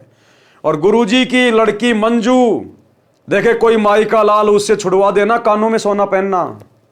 अरे गुरु की बड़ी लड़की जिसने सारनाम ले लिया, सार शब्द ले लिया, बस वो तो सतलोक के लिए तैयार बैठी है, कभी भी जा सकती है। उसका सोना पहनना छुड़वा दो ना कोई माई का लाल। आज 2025 तक तो सोना पहनना छोड़ा नहीं है, आगे की मैं कह नहीं सकता। तो ये न्याय नहीं हो रहा, ये अन्याय हो रहा है, अन्याय। आम संगत का तो पीला पर्चा निकाल दिया जाता है छोटी सी बात पे, और गुरुजी की लड़की सरेआम सोना पहन के घूम रही है, कोई माई का लाल उसकी नो एंट्री करके दिखाओ ना। तो ये अन्याय हो रहा है, न्याय नहीं हो रहा। सदा न्याय युक्त कर्म करने चाहिए, कभी भी अन्याय नहीं करना चाहिए। जो अन्याय करते हैं वे यमराज के लोक में नरक में जाते हैं। धर्म बोध पृष्ठ 181 का सारांश है।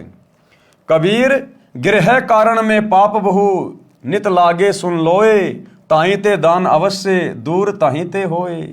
कबीर चक्की चौके चूल्हे में झाड़ू और जलपान, गृही आश्रमी को नित्य है पाप पांचे विधिजान। यानी 5 प्रकार से गृहस्थी व्यक्ति को रोजाना पाप लगता है।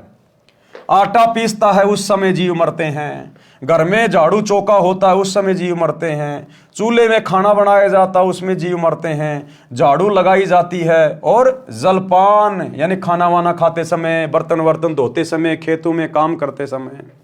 तो कहते हैं गृहस्थी व्यक्ति को तो सच्चे सतगुरु से अवश्य दीक्षा लेनी चाहिए, इसमें तो बिल्कुल भी चूक नहीं करनी चाहिए, और दान धर्म फिर डट के करना चाहिए।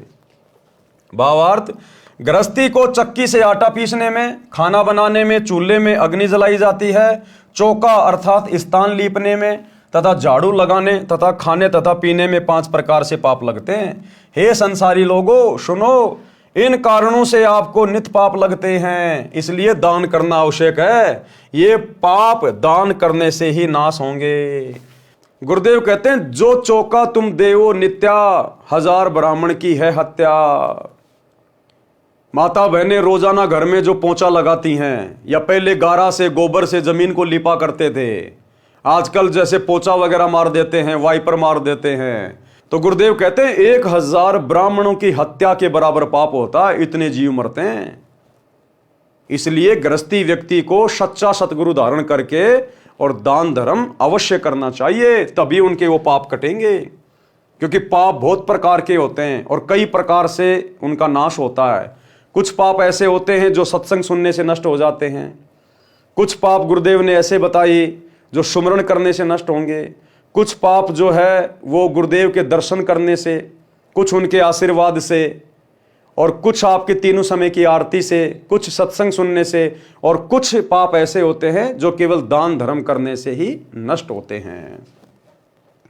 इसलिए दान करना आवश्यक है, लेकिन भाई और बहनों ध्यान रखना है भावनाओं में बह के नहीं, किसी कुपात्र को नहीं, अपने किसी भगत भाई को नहीं, केवल अपने गुरुदेव को, क्योंकि सुपात्र गुरुदेव हैं। वर्तमान में हमारे गुरुदेव हिसार जेल में बैठे हुए हैं, तो हमने संकल्प कर लेना है अपने घर पे ज्योति का, पाठ का, दान का संकल्प कर लो। पैसा अपने पास में रखो, जब गुरुदेव आए उसी समय उनके हाथ में दो, किसी कुपात्र के हाथ में नहीं देने हमने भावनाओं में बह के। ये परमात्मा है, परम साधु है, और कहते साधु भूखा भाव का, धन का भूखा नहीं, जो कोई धन का भूखा वो साधु भी नहीं। इसलिए गुरुदेव की गैर हाजिरी में यदि गुरुदेव ने किसी को अधिकारी नियुक्त नहीं कर रखा है दान धर्म लेने के लिए, तो आपने किसी भी कुपात्र के हाथ में, चाहे उनका बेटा हो, चाहे बेटी हो, चाहे कोऑर्डिनेटर हो, चाहे कोई भी हो, कोई कितना ही डराए, कितना ही धमकाए, कितना ही पीड़ा पर्चा निकाले, कुछ भी कहे, हमने अपने कर्म नहीं फोड़ने। ये हमारी दृढ़ता की परीक्षा ले रहा है परमात्मा वर्तमान में। कबीर कछु कटे सत्संग ते, कछु नाम के जाप, कछु संत के दर्शते, कछु दान प्रताप। भगत के पाप कई धार्मिक क्रियाओं से समाप्त होते हैं, कुछ सत्संग वचन सुनने से, ज्ञान यज्ञ के कारण, कुछ नाम के जाप से, कुछ संत के दर्शन करने से, तथा कुछ दान के प्रभाव से समाप्त होते हैं।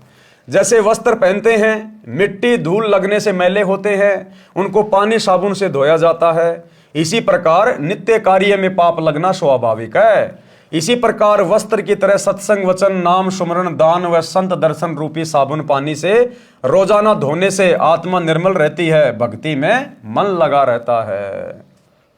अब देखो भाई और बहनों, वर्तमान में हम सभी सत्सेवक भाई बहन, हम ना किसी आश्रम में जाते, ना हम इन आश्रमों में जाके अपने गुरुदेव की गैर हाजिरी में किसी को ज्योति पाठ और दान का पैसा दे रहे। उसके बावजूद भी आप और हम भगत भाई बहनों की भक्ति इन आश्रम वालों से, गुरुदेव के परिवार वालों से, इन कोऑर्डिनेटरों से लाख गुना अच्छी चल रही है, लाख गुना अच्छी। गुरुजी के प्रति जो भाव हमारे हैं इनके वर्तमान में नहीं है। जो श्रद्धा गुरुदेव के प्रति आप और हमारी है इनकी नहीं है। मर्यादा तोड़ने से, कोई भी पाप करने से जितना हम सत्सेवक भाई बहन डरते हैं, ये लोग नहीं डरते, ये तो खुले सांड हो गए। जबकि हम दान भी नहीं कर रहे वर्तमान में। क्यों? क्योंकि वर्तमान में दान करें किसको, ये हमारी परीक्षा चल रही है। हम भाई बहन संकल्प कर लेते हैं, हमारे गुरु परमात्मा है, अंतर्यामी है, पूर्ण संत हैं, वे हमारे भाव देखकर हमारे दान को जो हम घर से कर लेते हैं, संकल्प करके, ज्योति पाठ करके, परमात्मा उसको स्वीकार कर लेते हैं। इसलिए हमारी आत्मा निर्मल है, हमारा मन निर्मल है, इसलिए हमारा भक्ति में मन लग रहा है। हम मर्यादा शौपन में भी तोड़ने की नहीं सोच सकते। हमें डर है, भय है कि कहीं गुरुदेव भगवान नाराज ना हो जाए, मेरी भक्ति बर्बाद ना हो जाए। तो उधर तो दान धर्म करते करते, लड्डू जलेबी बर्फी खाते खाते, सारे उल्टे कर्म करते करते भी उन लोगों का भाव नहीं बन रहा, अपने गुरु को इष्ट नहीं मान रहे, बात बात पे मर्यादा तोड़ रहे हैं। और इधर हम भाई बहन 10 साल हो गए आश्रमों का मुंह भी नहीं देख रहे, इन कुपात्रों को ज्योति पाठ का एक नया रुपया भी नहीं दे रहे, और फिर भी हमारी भक्ति दिन रात ऊपर की ओर बढ़ रही है। तो गुरुजी किसके साथ है? ज्ञान आधारी भगत के साथ है, मर्यादित भगत के साथ है। और जब दान धर्म करने का समय आएगा, जब हमारे गुरुदेव हमारे समक्ष आएंगे, आश्रम में आएंगे, जहां भी आएंगे, जितना हमारा सामर्थ्य है उससे कहीं ज्यादा दिल खोलकर अपने गुरुदेव के चरणों में अर्पित करेंगे। क्योंकि नियम है भक्ति का कि पात्र को पात्र विचार कहता ही दीजिए दान। तो भैया वर्तमान में तो सब कुपात्र हैं, सुपात्र तो जेल में बैठा हुआ है, उनके आने के बाद ही देंगे। उनके परिवार को, इन कोऑर्डिनेटरों को आश्रमों में जाके इन कुपात्रों को दान धर्म देकर हम अपने कर्म नहीं फोड़ सकते, परीक्षा के समय में गुरुजी को नाराज नहीं कर सकते। कबीर जो धन पाए न धर्म करत, नाही सदव्यवहार, सो प्रभु के चोर हैं फिरते मारो मार। जो धन परमात्मा ने मानव को दिया है उसमें से जो दान नहीं करते और ना अच्छा आचरण करते हैं वे परमात्मा के चोर हैं, जो माया जोड़ने की धुन में मारे मारे फिरते हैं। संत गरीबदास जी ने भी कहा है कि जिन हर की चोरी करी और गए राम गुण भूल, ते विदना बागुल किए रहे उर्द मुखजूल। यही प्रमाण गीता अध्याय 3 श्लोक 10 से 13 में कहा है कि जो धर्म कर्म नहीं करते, जो परमात्मा द्वारा दिए धन से दान आदि धर्म कार्य नहीं करते, वे तो चोर हैं। वे तो अपना शरीर पोषण करने के लिए अन्न पकाते हैं, धर्म में नहीं लगाते, वे तो पाप ही खाते हैं। बच्चों को शिक्षा अवश्य दिलानी चाहिए। बच्चों को भगत ने शिक्षा अवश्य दिलानी चाहिए। या कौन सी शिक्षा की बात हो रही है? धार्मिक शिक्षा की। यानी बच्चों को सतगुरु से उपदेश दिलाना चाहिए, यह धार्मिक शिक्षा है। सत्संग सुनाना चाहिए, यह धार्मिक शिक्षा है। क्या कह रहे हैं परमात्मा? बच्चों को शिक्षा अवश्य दिलानी चाहिए। कबीर मात पिता सो शत्रु हैं, बाल पढ़ावे नाही, हंसन में बगुला यथा तथा अनपढ़ सो पंडित माही। भावार्थ, जो माता पिता अपने बच्चों को पढ़ाते नहीं, वे अपने बच्चों के शत्रु हैं। अशिक्षित व्यक्ति शिक्षित व्यक्तियों में ऐसा होता है जैसे हंस पक्षियों में बगुला। अब देखो क्या लिख रहे हैं गुरुदेव, यहां पढ़ाने का तात्पर्य धार्मिक ज्ञान कराने से है, सत्संग आदि सुनने से है। ये नहीं कि यार गुरुजी ने कह दिया अब तो मैं मेरे बच्चे को इंजीनियर बनाऊंगा, डॉक्टर बनाऊंगा, वकील बनाऊंगा।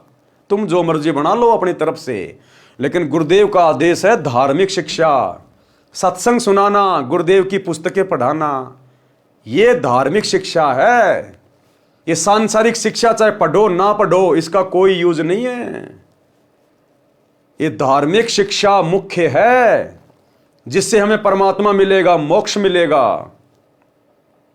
ये सांसारिक शिक्षा पढ़ पढ़ के बड़े बड़े राजा महाराजा बन के आज वो कुत्ते बन के फिर रहे हैं, गधे बन के फिर रहे हैं। रोडों पे इनकी मूर्तियां लग रही हैं, साल में एक बार साफ करते हैं, बाकी धूल मिट्टी जम रही है। कौवा बीट करता है बैठ के, सांसारिक शिक्षा ले लेके अपना नाम करके जो शरीर छोड़ के चले गए बिना भक्ति के। आज उनकी बाहर भी दुर्गति और उनकी मूर्तियों की भी दुर्गति। तो यह धार्मिक शिक्षा की बात हो रही है। अपने बच्चे को अगर आप अक्षर ज्ञान करवाना चाहते हैं तो केवल 8वीं 10वीं तक पढ़ाइए, यदि आप भगत हैं तो। देखो, जिसको ज्ञान नहीं है, जो उपदेशी नहीं है, वो तो जो मर्जी अपने बच्चे को चाहे राष्ट्रपति बनाओ, हमें कोई लेना देना नहीं। यहां भक्तों की बात हो रही है, क्योंकि भक्तों को फिर ज्ञान हो जाता है कि गुरुदेव ने शिक्षा क्यों दी है। आज से पहले शिक्षा क्यों नहीं थी? 1950 से पहले शिक्षा घर घर में क्यों नहीं थी?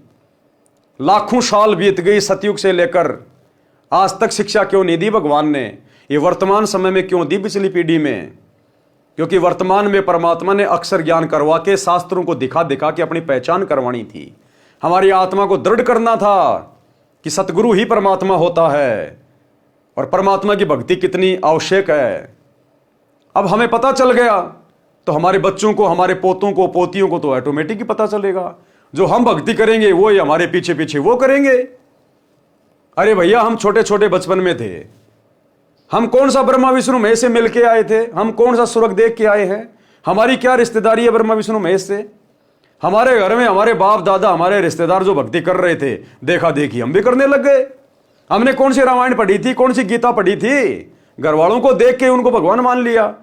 तो ऐसे ही आने वाले समय में हमारे बच्चे, हमारी जो नस्लें होंगी, वो हमारे को देख के भक्ति करेंगी। तो हम यदि सही रास्ते पे लग गई तो बच्चे तो ऑटोमेटिक लग जाएंगे। तो अपने बच्चों को केवल बेसिक शिक्षा दीजिए, सांसारिक शिक्षा, लिखाई पढ़ाई केवल बेसिक 8वीं 10वीं करवाइए, इससे ज्यादा ना करवाइए। अगर आप भगत होकर अपने बच्चे को नौकरी के लिए पढ़ा रहे हैं तो आपसे बड़ा मंदबुद्धि भगत दुनिया में कोई दूसरा नहीं है। यदि किसी व्यक्ति को आध्यात्मिक ज्ञान नहीं है तो वह शुभ अशुभ कर्मों को नहीं जान पाता, जिस कारण से वह पाप करता रहता है, शराब पीता है, मांस खाता है, चोरी ठगी करता है। और जो सत्संग सुनते हैं उनको संपूर्ण कर्मों का तथा अध्यात्म का ज्ञान हो जाता है। वह कभी पाप नहीं करता। वह हंस पक्षी जैसा है जो सरोवर से केवल मोती खाता है, यानी केवल शुभ कर्म ही करता है।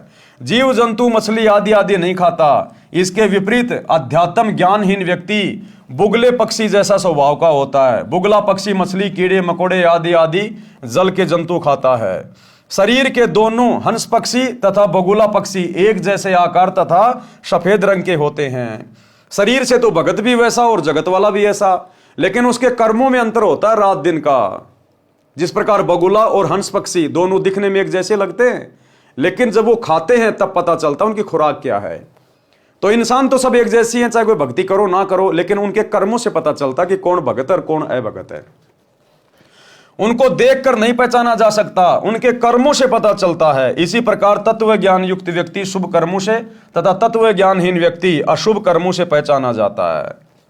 तो आज सतगुरुदेव की संगत में जो दो पार्ट हो चुके हैं, सतसेवक वर्सेज सतलोक आश्रम मैनेजमेंट, आज इनके कुकर्मों से पहचान हो रही है कि संत रामपाल जी के असली भगत कौन है और नकली दिखावटी भगत कौन है।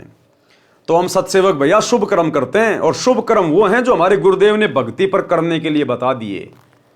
पांचू यज्ञ ये शुभ कर्म है, मर्यादा ये शुभ कर्म है। ये गंदी राजनीति, स्टेडियम बनाना, आरक्षणों में जाना, गुंडों की सीबीआई जांच, जाटों की धर्मशाला, स्टेडियम बनाना, आश्रम में हॉस्पिटल बनाना, आश्रम पे आश्रम खोलना, दुनिया भर के आश्रम में पाखंड करना, राजनेताओं के तलवे चाटना, रैलियों में धक्के खाना, ये भक्ति मार्ग में शुभ कर्म नहीं है, ये तो कर्म फोड़ने वाले अशुभ कर्म है। कबीर पहले अपने धर्म को भली भांति सिखलाए, अन्य धर्म की सीख सुन भटकी बाल बुद्धि जाए। यानी अपने बच्चों को अपने धर्म कर्म के विषय में, भक्ति मार्ग के विषय में अच्छे से शिक्षा देनी चाहिए। बच्चों को या परिवार के अन्य सदस्यों को पहले अपने धर्म का ज्ञान पूर्ण रूप से करवाना चाहिए कि भैया वर्तमान में अपने गुरुजी के अलावा धरती पे कोई सत भक्ति नहीं है।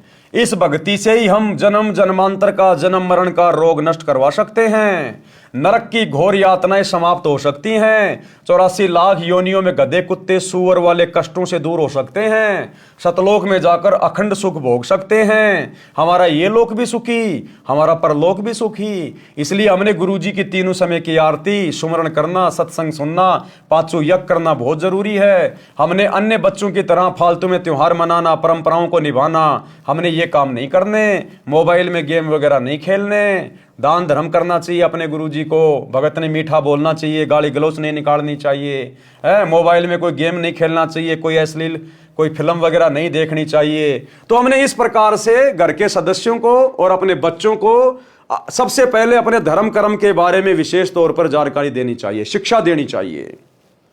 यह है असल में शिक्षा जो आगे चलकर हमारे बच्चों का भविष्य उज्जवल बनाएगी। क्योंकि जिसके साथ परमात्मा हो गया भाई, जो सत भक्ति करेगा तो ऑटोमेटिक परमात्मा उसके साथ होगा, और जब भगवान जिसके साथ है तो फिर राजा भी फैला उसके आगे। तो आने वाले समय में यदि किसी का उज्जवल भविष्य होगा, सुनहरा जीवन होगा, सुखमय जीवन होगा, तो केवल सतगुरु रामपाल जी के मर्यादित भक्तों का होगा। यहां के राजा को भी वो सुख नहीं होंगे जो सुख और मानसिक शांति सतगुरु रामपाल जी के सत भक्तों को होगी। इसलिए गुरुदेव कह रहे हैं बच्चों को या परिवार के अन्य सदस्यों को पहले अपने धर्म का ज्ञान पूर्ण रूप से करवाना चाहिए। जिनको अपने धर्म यानी धार्मिक क्रियाओं का ज्ञान नहीं, वह बालक जैसी बुद्धि का होता है, चाहे 80 साल का क्यों ना हो।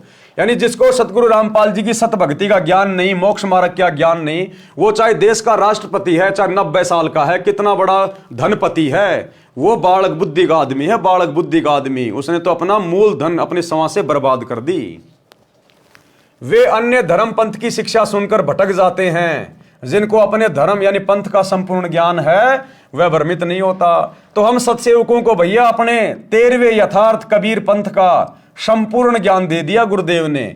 इसलिए हम राजनीति करके भटके नहीं, हम आरक्षणों में जाके भटके नहीं, हम गुंडों की सीबीआई जांच में जाके भटके नहीं, चंदे के रूप में दान का पैसा उनको दे के भटके नहीं, हमने स्टेडियम खुलवा कर भटके नहीं, अयोध्या में भंडारा लगाकर हम भटके नहीं, आश्रमों पे आश्रम खोलकर भटके नहीं, कुपात्रों को ज्योति पाठ और दान का पैसा दे के भटके नहीं, आश्रमों में गुरुदेव के ज्ञान और विधान के खिलाफ हॉस्पिटल खोलकर भटके नहीं। क्यों? क्योंकि हमें गुरुदेव ने धर्म और कर्म का और पंथ का संपूर्ण ज्ञान दे दिया और हमने समझ लिया। इसलिए हम काल के जाल में नहीं फंसे, गुरुदेव के परिवार के चंगुल में नहीं फंसे, हम कोऑर्डिनेटरों के दबाव में नहीं आए, हम लोकलाज में नहीं आए, हमने मर्यादा नहीं तोड़ी, क्योंकि हमारे को अपने धर्म का और पंथ का पूरा ज्ञान गुरुदेव ने दे दिया। जिनको अपने धर्म यानी पंथ का संपूर्ण ज्ञान है वह भ्रमित नहीं होता। धर्म बोध पृष्ठ 182 का सारांश। कबीर, जो कछु धन का लाभ हो शुद्ध कमाई कीन, ता धन के 10वें अंश को अपने गुरु को दीन। 10वां अंश गुरु को दीजिए, अपना जन्म सफल कर लीजिए। भावार्थ, शुद्ध नेक कमाई से जो लाभ होता है उसका 10वां भाग अपने गुरुदेव को दान करना चाहिए। यानी अपनी आमदनी का, आप चाहे नौकरी करते हैं, चाहे मजदूरी करते हैं, चाहे आप खेती बाड़ी करते हैं, अपनी आमदनी का, कौन सी आमदनी? जो आपने नेक तरीके से कमाई है। अब सतगुरु का भगत होगा, जिसको ज्ञान होगा, वो छल कपट तो करेगा नहीं, धोखाधड़ी तो करेगा नहीं। तो जो भी धंधा करेगा ईमानदारी से करेगा, और भक्ति करेगा और ईमानदारी से धंधा करेगा तो परमात्मा उसको सहयोग देगा। तो उस कमाई का 10% भाग अपने गुरुजी के चरणों में समर्पित करना चाहिए। यदि आप रोजाना 100 रुपए कमा रहे हैं, यदि आप रोजाना 100 रुपए कमा रहे हैं, यानी आपको लाभ हो रहा है 100 रुपए का, तो आपने उसका 10वां हिस्सा यानी 100 में से 10 रुपए आपने अपने गुरुजी को दान करने चाहिए। जब भी आप अपने गुरुदेव के पास आश्रम में जाओ, अपने गुरुदेव को उस समय दान करना चाहिए। यानी जो भी धंधा आप कर रहे हैं और उसका जो लाभ होता है, आपका खर्चा पिर्चा काट के जो शुद्ध जो कमाई होती है, उस कमाई के 10वें हिस्से की बात हो रही है। ऐसा नहीं कि आप जी सुबह 1000 रुपए की सब्जी लेके गए और आप जी 500 रुपए उसमें से कमा के और आप जी अपने घर पे जो है 1500 रुपए ले आए, तो आपने जो है वो 1500 रुपए में से 10वां अंश नहीं निकालना, क्योंकि 1000 तो आपके पास थे पहले। आपने उससे कमाया कितना? 1000 रुपए से 500 रुपए। तो 500 रुपए का 10% यानी आपकी जो कमाई है, आपका जो प्रॉफिट है, आपका जो लाभ है, मूलधन को छोड़ के आपका जो लाभ है, उसका 10वां अंश आपने गुरुदेव के चरणों में देना है। यदि आपने खेती बाड़ी की है, आपके घर पर 20 क्विंटल अनाज हो गया, अब अपना सारा खर्चा पिर्चा काट के और आपको जो कमाई हुई है उसका 10% अपने गुरु को दीजिए। आप नौकरी करते हैं, आपकी 20,000 रुपए की सैलरी है, लाख रुपए की सैलरी है, वो आपका प्रॉफिट ही प्रॉफिट है, उसमें कोई मूलधन नहीं है। तो आपने लाख रुपए में से 10वां अंश 10,000 रुपए निकालकर गुरुदेव को देने चाहिए। इस प्रकार से अपनी आमदनी का, नेक कमाई का, अपने प्रॉफिट का 10वां अंश अपने गुरुदेव को दान करना चाहिए। कबीर, जे गुरु निकट निवास करे तो सेवा कर नित्य, जो कछु दूर बसे पल पल ध्यान से हित। यदि गुरुजी का स्थान आपके निवास के निकट है तो प्रतिदिन सेवा के लिए जाइए, यदि दूर है तो उनकी याद पल पल करनी चाहिए। इससे भगत का हित होता है, यानी लाभ प्राप्त होता है। कबीर, छठे मास गुरु दर्श करनते कभू न चूको हंस, गुरु दरस अरु सत्संग विचार सो उदरे जात है वंश। कबीर, छठे मास ना कर सके वर्ष में करो धाय, वर्ष में दर्श नहीं करे तो भगत साकट ठहराए। जो 1 साल में भी अपने गुरुजी के दर्शनों को नहीं जाता है, जहां उनके गुरुदेव हैं, अब वर्तमान में हमारे गुरुदेव हिसार जेल में बैठे हैं, उनके दर्शन ना कर पाना हमारी मजबूरी है। तो ऐसे समय में भाइयों और बहनों हमें दोष नहीं लगता। यदि गुरुजी आश्रम में हैं और फिर भी यदि हम साल में 1 बार भी गुरुजी के दर्शन करने नहीं जा रहे हैं, तो फिर हम साकट हैं, हम भक्ति नहीं चाहते। और वैसे आप चाहे रोज जाओ, अगर गुरुदेव के आसपास रहते हो 2, 4, 5 किलोमीटर में, तो चाहे रोजाना गुरुदेव के दर्शन करने चाहिए। रोजाना नहीं कर सको तो सप्ताह में 1 बार जरूर दर्शन के लिए जाइए। और भी थोड़े दूर हैं तो 15 दिन में जरूर दर्शन करने जाइए। 15 दिन में भी नहीं कर सकते हैं, थोड़ा और दूर रहते हैं, तो महीने में तो चूकना नहीं चाहिए। अगर महीने में भी किसी कारण से दर्शन नहीं कर पा रहे हैं तो 3 महीने में, 3 महीना भी नहीं तो कम से कम 6 महीने में तो जाना ही जाना चाहिए। मान लीजिए कोई ज्यादा ही दूर है, ज्यादा ही दिक्कत है, छुट्टी वाटी नहीं मिल रही, 100 कारण बन रहे हैं, तो गुरुदेव कह रहे हैं बेटा साल में 1 बार तो चूक मत जाना, चाहे तू जापान में रहता है, चाहे तू चांद पे रहता है। भक्ति नियम कहता है साल में 1 बार तेरे को आना पड़ेगा अपने गुरुजी के पास, जहां तेरे गुरु आश्रम में बैठे हैं, जहां भी बैठे हैं, साल में 1 बार तो आना पड़ेगा। नहीं तो फिर तू भक्ति चाहता ही नहीं, फिर तू ड्रामेबाजी कर रहा है। अब वर्तमान में गुरुदेव हिसार जेल में बैठे हैं, हमारी मजबूरी है। तो ऐसे में हमें दोष नहीं लगता, चाहे 10 साल क्यों ना लग जाए। तो ये जितनी भी वाणियां हैं, जो ये प्रकरण है, इसको गुरुदेव भगवान ने बड़े अच्छे से अपने एक 4-5 मिनट के सत्संग में समझाया है। हम वो सत्संग सुन लेते हैं, आपकी सारी शंकाओं का समाधान हो जाएगा। उसमें यह समाधान भी हो जाएगा कि जैसे वर्तमान में गुरुदेव हिसार जेल में बैठे हैं, हम तो उनके दर्शन ही नहीं कर पा रहे, कई साल हो गई, तो क्या हमें दोष लगेगा? तो उसका भी समाधान गुरुदेव ने उसमें कर रखा है कि बच्चों, जब मैं रोहतक की जेल में गया था करोथा कांड के सिलसिले में 21 महीने, जब बाहर आया मैंने सत्संग सुनाया तो कई भक्तों को शंका हो गई कि गुरुजी हम तो आपके 21 महीने दर्शन नहीं कर पाए, फिर हमारा तो नामखंड हो गया होगा, क्योंकि आप कह रहे हैं साल में एक बार जरूर दर्शन करने चाहिए। तो गुरुदेव ने कहा कि बच्चों, ऐसी परिस्थितियों में नामखंड नहीं होता।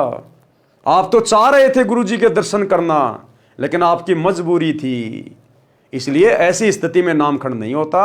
जब गुरुजी सामान्य स्थिति में हो, आश्रम में हो, उस समय यदि आप 1 साल में नहीं आते हो तो आपको नाम रहित माना जाएगा। सुनिए सत्संग। परमात्मा बार बार प्रार्थना करते हैं कि संत मिलन को चालियो, दिन में कई कई बारे, आसोज के में जो ये गणा करें उपकार। भाई कई बार ना जा सके तो संत दर्श 2 बखत कर ले, कह कबीर संत दर्श ते यू काल दगा ना दे। 2 बखत भी ना कर सके तो दिन में कर एक बार, कह कबीरता दास का बेड़ा हो जा पार। फिर परमात्मा बताते हैं कि एक बार भी नहीं कर सकता है, दूरी ज्यादा हो जाती है, तो कहते हैं सप्ताह में 1 बार अवश्य कोशिश कराने की। सप्ताह में भी नहीं बात बनती है, ज्यादा दूरी है, तो पक्ष यानी 15वें दिन पक्ष अवश्य। उससे भी दूरी है तो फिर 1 महीने में अवश्य दर्शन करने की चेष्टा कर, अवश्य पहुंच। और फिर भी कुछ ज्यादा ही विदेश दूर चला गया है तो 6 महीने तक चूकिए मत। और भी ज्यादा कोई मजबूरी या दूर चला गया है तो 1 वर्ष में संत के दर्शन के लिए अवश्य आइए। और दूर रहते हुए फिर कैसी भावना रखे? लाख कोस जो गुरु बसे और शेष समुद्रा तीर, एक पलक भूले नहीं जो गुण हो शरीर। कहते हैं गुरुजी चाहे लाख कोस की दूरी पर बैठे हैं लेकिन दिल से दूर नहीं होने चाहिए। तो 1 साल में कोस अवश्य पहुंचना चाहिए। अब यहां भक्तों के शंका आती है कि गुरुजी अब 1.25 वर्ष तक अज्ञात रहे, दर्शन नहीं हो सके, तो क्या हमारे ऊपर, क्या हमारा जो नाम तो फिर खंड नहीं हो गया है? ऐसा कुछ नहीं है। ये लीला परमात्मा की है। जैसे कोई एक्सीडेंट हो जाता है और भाई उसमें टांग टूट जा, प्लास्टर बांधे रहना पड़ता है और 4 पे लेटा पड़ा रहना होता है। लेकिन जब ठीक हो जाए, जब थोड़ा ही पड़ा रहना है, फिर तो काम करे, घूमे, फिर अपने सारे कार्य सुचारू करे। तो ये कोई लीला है परमात्मा की, इनमें ऐसा कोई दोष नहीं आता। क्योंकि आप तो रो रहे थे, आप गुरु जी से दूर नहीं थे, आपकी आत्मा तड़फ रही थी। और उन नादान लोगों ने स्वयं भी पाप कमा लिया, जिन्हें हमारा विरोध करके ये ऐसा झूठा केस बनाकर परमात्मा के कुत्तों को सजा, उन्होंने हमारे को प्रताड़नाएं दी है, जेल में डाला। अब मुझे इस बात का डर है कि उन गेला के बनेगी। तो क्या कह रहे हैं गुरुदेव? वर्ष में दर्श नहीं करे, सो भगत साकट ठहराए, कबीर जय गुरु पर लोक गमन करे, सीख मानियो शीस। यदि आपके गुरुदेव परलोक गमन कर जाते हैं, सतलोक में चले जाते हैं, पहली बात तो भैया वर्तमान कलयुग की बिचली पीढ़ी में उन आत्माओं के सौभाग्य का कुछ कहा ही नहीं जा सकता जो अपने गुरुजी के रहते सहते अपनी भक्ति सफल करके सतलोक चले जाएंगे। और मान लीजिए किसी कारण से हम यहाँ रह गए, अभी हमारा समय नहीं आया, भक्ति पूरी हुई नहीं है, और यदि हमसे पहले गुरुदेव सतलोक चले गए, आज जिस रूप में गुरुदेव आए हुए हैं, यदि अपने लोक में चले जाते हैं, प्रस्थान कर जाते हैं सतलोक को, और हम यदि रह जाते हैं, तो उसके बाद हमने क्या सावधानी बरतनी है। कबीर जय गुरु परलोक गमन करे, यानी सतलोक चले जाएं, सीख मानिए शीस। उसके बाद हमने केवल गुरु जी की शिक्षाओं पे चलना है, उनकी प्रत्येक मर्यादा में रहकर, प्रत्येक आज्ञा का पालन करके, जो उन्होंने हमें बताया, समझाया, सिखाया, जिस कारण से हमारा मोक्ष होगा, हमने उनकी प्रत्येक मर्यादाओं को, उनकी आज्ञा मानकर हमने आजीवन करते रहना है। नाम को खंड नहीं होने देना, मर्यादा नहीं टूटनी चाहिए। केवल गुरु की आज्ञा की बात हो रही है, किसी भगत की देखा देखी नहीं करना, गुरु के परिवार की बातें मान के नहीं चलना, किसी कोऑर्डिनेटर की बातों में आके नहीं भक्ति करनी। गुरु के ज्ञान आधार से तोल लेना। आपको जो मर्जी कोई आज्ञा दे, कोई आदेश दे, कुछ भी कहे, उसके आदेश को अपने गुरुजी के सत्संग से विचार कर लेना कि यह सही है या गलत है, उसके बाद ही भक्ति पे वो कदम आगे रखना। तो कहते हैं कबीर जय गुरु सतलोक गमन करे, सीख मानिए शीस, और हरदम गुरु को साथ जानकर सुमरो नित जगदीश। और हमेशा अपने गुरुजी को शब्द रूप में अपने साथ में मानिए कि मेरे गुरुजी गए कहीं नहीं है, ये तो शब्द स्वरूपी राम है, ये कहां जाएंगे, इनका एक पैर सतलोक में, एक पैर इस पृथ्वी लोक पर। अगर गुरु पृथ्वी छोड़ के चला गया तो जीव भक्ति कर ही नहीं सकता। कहते हैं आग लगी आकाश में, झड़झड़ पड़े अंगार, और सतगुरु ना हो धरती पर तो जल मरे संसार। तो सतगुरु हमेशा हमारे साथ में रहेंगे। ये तो काललोक के नियम अनुसार, विधान अनुसार, जो स्वयं इस परमात्मा ने बनाया है कि यहां ना कोई अमर है ना कोई अमर रहेगा, ये तो मृत्यु लोक है। और हमारे गुरुदेव भी एक संत की भूमिका कर रहे हैं, एक इंसान रूप में आके संत की भूमिका कर रहे हैं। तो इंसान की जितनी उम्र होती है, उस उम्र को पूरा करके गुरुदेव ने भी यहां की मर्यादाओं को बनाए रखते हुए यहां से जाना पड़ता है। तो गुरुदेव के जाने के बाद हमने उनकी प्रत्येक आज्ञा और मर्यादा में रह के भक्ति करनी है। एक क्षण के लिए भी हमारे अंदर यह भाव नहीं आना चाहिए कि मेरे गुरुजी मुझे छोड़ के गए। अगर यह मन में आ गया, आंखों से आंसू भी आ गए आपके, किस बात को लेकर कि गुरुजी छोड़ के चले गए, गुरुजी छोड़ के चले गए, इस बात को लेकर आंखों में आंसू नहीं आने चाहिए। बाकी गुरुजी के प्रेम में चाहे लाख रो, दिन रात रो, उससे हमारी भक्ति बढ़ेगी। और अगर यह सोचकर कि अब मेरा क्या होगा, हे भगवान मैं सतलोक जा पाऊंगा नहीं जा पाऊंगा, गुरुजी तो गए, ये लो अब क्या होगा, तो फिर वो भगत फैल है।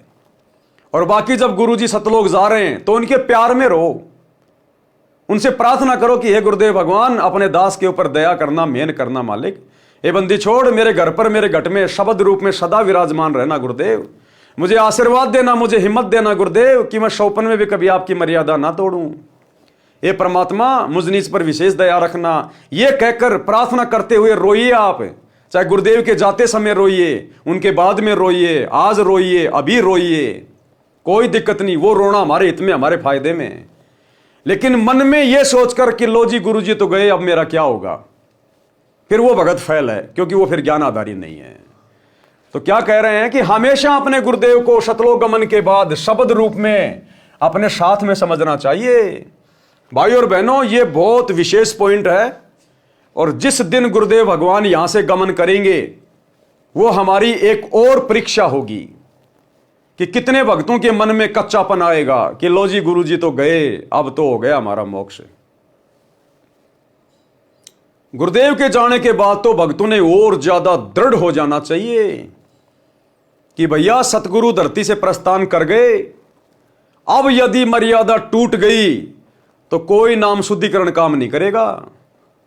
अब ये ड्रामेबाजी नहीं चलेगी, नाम टूट गया शुद्ध करवा लो, टूट गया शुद्ध करवा लो। अभी तक तो शुद्ध करने वाला धरती पे था, अब सतगुरु चले गए, अब तेरा नाम कहीं शुद्ध नहीं होने वाला अगर मर्यादा तोड़ दी तो उस भगत ने तो मरना मंजूर, लेकिन मर्यादा नहीं टूटने देनी है। तब कहीं जाकर सतगुरु उसका हाथ पकड़ के सतलोक में लेगा। अन्यथा सतगुरु के सतलोक जाने के बाद यदि आप मर्यादा तोड़ते रहे, भक्ति को हल्के में लेते रहे, आपका इस कलयुग की बिजली पीढ़ी में मोक्ष नहीं है। फिर हजारों साल केवल सतगुरु का ज्ञान चलेगा, भक्ति चलेगी, सतयुग जैसा माहौल होगा। अगर मर्यादा तोड़ दी फिर मोक्ष नहीं होगा।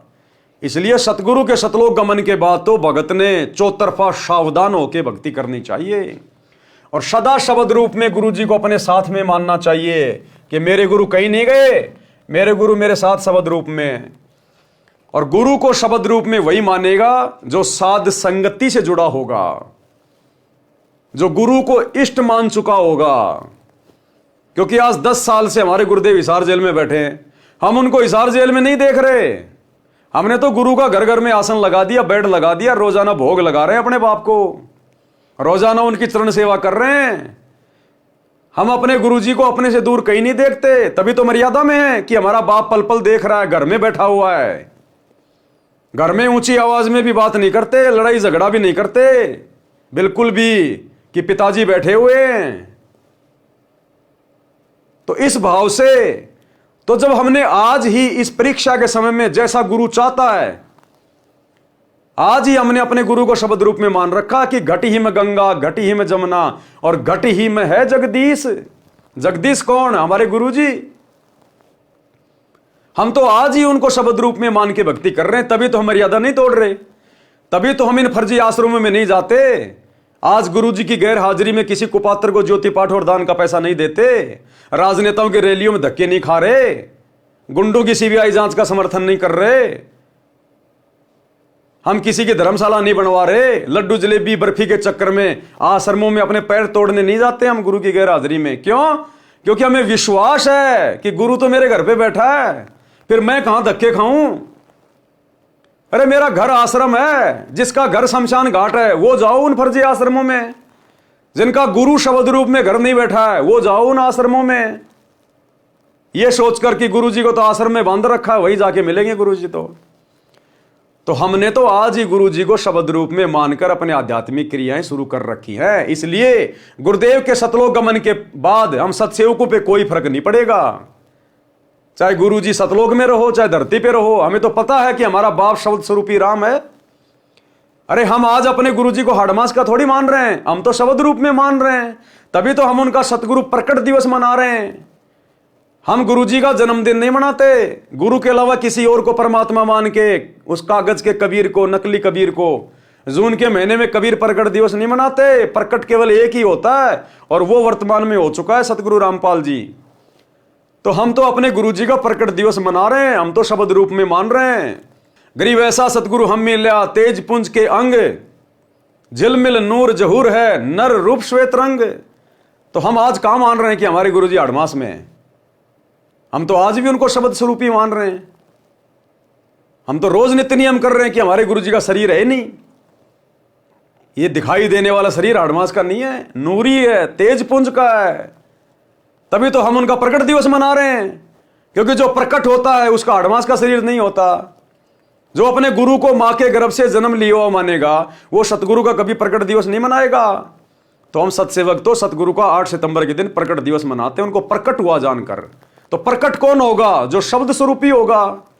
तो हमने तो आज ही गुरु जी को घर में शब्द स्वरूपी मान के विराजमान कर लिया, अपने घर में और घट में। तो हमें तो टेंशन होगी नहीं, हमारे लिए तो चाहे गुरु जी रोज आओ, हमें टेंशन ही नहीं है। हम गुरु जी को जेल में नहीं देख रहे, हम गुरु जी को अपने घर पे देख रहे हैं। और पल पल हमारा गुरु हमारे साथ में, पल पल। अगर हमारे साथ में गुरु ना हो, इस रजोगुण से दूर होना ब्रह्मा विष्णु महेश की बस की बात नहीं। ये जवान सत्सेवक कहां से हो जाएंगे? आपस में भाई बहन के रिश्ते कायम हो गए पति और पत्नी में, ये सतगुरु की उपस्थिति के बिना नहीं हो सकता। मर्यादाओं के लिए इस कदर संघर्ष करना सतगुरु की विशेष उपस्थिति और आशीर्वाद के बिना नहीं होता। तो सतगुरु जेल में नहीं बैठा, सतगुरु तो हमारे घरों पे बैठा है। तो साध संगति से जुड़े हुए जो भाई बहन होंगे वो अंत में धोखा नहीं खाएंगे, जब गुरुदेव यहां से लीलामय रूप से जाएंगे अपने लोक को, सतलोक को। और जो आश्रमों से जुड़े हुए हैं, लड्डू जलेबी खाते रहे, ज्ञान को आधार बनाए नहीं, वो भैया फिर ऊपर मुंह कर करके रोएंगे जैसे गिद्ध रोता है रात को, क्योंकि उनको ज्ञान है ही नहीं। उन्होंने कभी गुरु को भगवान मान के भक्ति की नहीं, उन्होंने गुरु को हाड़मास के शरीर में माना। तो उनकी फिर ये पतली हालत हो जाएगी उस समय। तो कहते हैं सतगुरु के सतलोक गमन के बाद उनको शब्द रूप में सदा अपने पास रखना चाहिए, मानना चाहिए।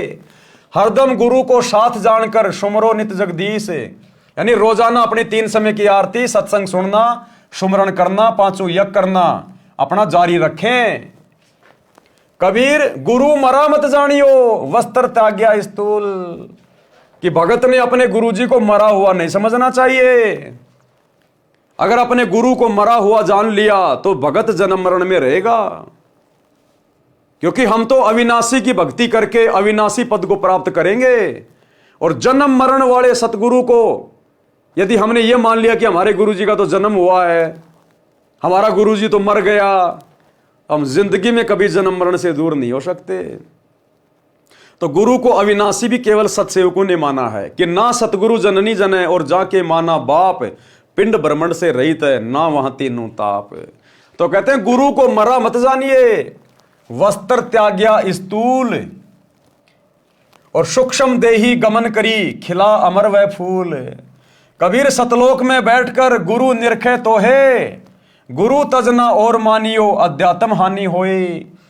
कि भैया सतलोक गमन करने के बाद सतलोक में बैठा बैठा तेरा गुरु तुझे पल पल देख रहा है। क्या कह रहे हैं? कबीर सतलोक में बैठकर गुरु निरखे तो है। अगर गुरु एक जीव है, गुरु अगर उस कबीर का भेजा हुआ दास है, तो सतलोक में जाकर बैठकर हमारे को क्या देखेगा? वो क्या देखेगा? वहां से तो परमात्मा देखता है, कबीर भगवान देखता है, सतगुरु क्या देखेगा अगर एक जीव है तो कहते हैं कबीर सतलोक में बैठकर गुरु निरखे तो है। तो सतलोक में बैठकर पल पल हमारे को देखने वाला जीव नहीं हो सकता, अर्थात हमारा गुरु स्वयं कबीर भगवान है, कबीर परमात्मा है जो सतगुरु रूप में आए हुए हैं। तो कहते हैं तेरा गुरु तुझे पल पल देख रहा होगा। कोई भी भक्ति क्रिया भंग मत कर देना, मन में दोष पैदा मत कर लेना, भक्ति को हल्के में मत ले लेना। तेरा गुरु तुझे पल पल देखेगा, वहां से पल पल। गुरु तज और ना मानियो अध्यात्म हानि होए।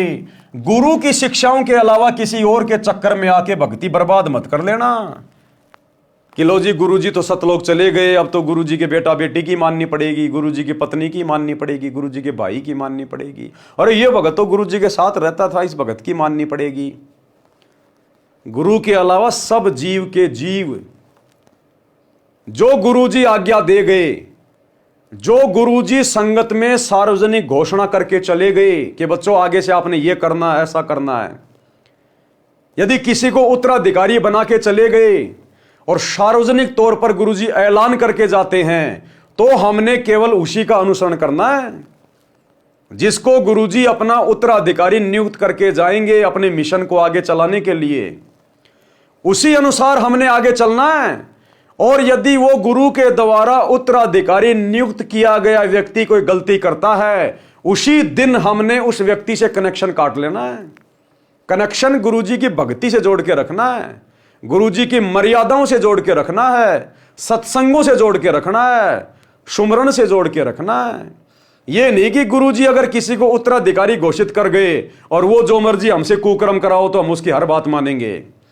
केवल वही बात मानेंगे, चाहे कोई अधिकारी हो चाहे कोई अधिकारी ना हो। जो भक्ति मार्ग में बातें गुरुजी के ज्ञान और विधान के अनुसार होंगी, सत्संगों के अनुसार होंगी, हम उन्हीं बातों को फॉलो करेंगे, चाहे गुरुजी 20 भक्तों को अधिकारी क्यों ना बना जाएं। एक भी बात यदि उनकी गुरुजी के ज्ञान और विधान के खिलाफ मिली, हम उस बात को हरगिज फॉलो नहीं करेंगे। हमारे लिए अंतिम विधान गुरुजी का सत्संग और गुरुजी की मर्यादा है। तो कहते हैं गुरु को तज, यानी गुरु को छोड़कर और की बात ना मानियो, अन्यथा अध्यात्म में हानि हो जाएगी। कबीर गुरु के शिष्य की जगदीश करे सहाय। गुरु के शिष्य की जगदीश यानी परमात्मा सहायता करता है। अब यहां तो जगदीश भी वही और भाई हमारा परमात्मा भी वही और हमारा सतगुरु भी वही। गुरु गोविंद दो नहीं भाई, जब तक दो समझोगे दो जग में जाई। ये तो लीला करता परमात्मा भिन्न भिन्न समय में आके अपने आप को परमात्मा से अलग दर्शा के, क्योंकि डायरेक्ट कहे कि मैं परमात्मा हूं, मैं भगवान हूं, मैं कबीर हूं, तो कोई उसको मानता नहीं। इसलिए हर बार यह परमात्मा गुरु रूप में आता है, सतगुरु रूप में आता है और अपने से अन्य किसी और को परमात्मा बताता है कि परमात्मा तो सतलोक में है, सत्य पुरुष है, ताकि लोग उनके ज्ञान को सुने। अगर डायरेक्ट कह दे कि मैं भगवान हूं तो कोई उनका सत्संग भी ना सुने। इसलिए अपने से अन्य को परमात्मा दर्शा के ये वाणी लिखी हुई है, जबकि गुरु स्वयं ही कबीर है, स्वयं परमात्मा, स्वयं ही सत्य पुरुष है। कबीर गुरु के शिष्य की जगदीश करे सहाय। अब बताओ, गुरु के भगत की, सतगुरु के भगत की जगदीश यानी परमात्मा क्यों सहायता करेगा? ऊपर तो साफ साफ लिखा हुआ है कि कबीर सतलोक में बैठकर गुरु निरखे तो है। जब गुरु खुद ही सतलोक में बैठ के देख रहा है तो सहायता भी तो कर सकता है। तो यहां हमने समझना होगा कि गुरु और सत्य पुरुष दोनों एक ही हैं। नाम जपे और दान धर्म में कभू न अलसाए। गुरुजी अपने जाने के बाद जो विधि बता के जाएंगे दान धर्म करने की, किसको करना है, कहां करना है, कैसे करना है, अधिकारी कौन है, उसी अनुसार हमने दान धर्म करना है। उसके अलावा किसी को 1 रुपया भी नहीं देना। कबीर जैसे रवि आकाश से सबके साथ रहाए, उष्णता और प्रकाश को दूर ही ते पहुंचाए। जैसे सूरज आकाश में है लेकिन सबके साथ में रहता है, उसका प्रकाश, उसकी वो ऊर्जा सबके पास पहुंच रही होती है। एक छोटा सा ऑडियो गुरुदेव का वर्तमान में हिसार जेल से भेजा हुआ। गुरुदेव ने स्पष्ट कर दिया कि वे कौन हैं। गुरुदेव कह रहे, बच्चों ये ना सोचना कि मैं इस मोबाइल से तुम्हें देख रहा हूं। यानी वीडियो कॉल हो रही थी हिसार जेल से आश्रम में। तो गुरुदेव ने कहा कि बच्चों ये ना समझना कि मैं एक कैमरे से देख सकता हूं, इस कैमरे के अलावा भी मैं सबको देख रहा हूं, सबको। इतनी शक्ति मेरे बंदी छोड़ ने मुझे दे दी है।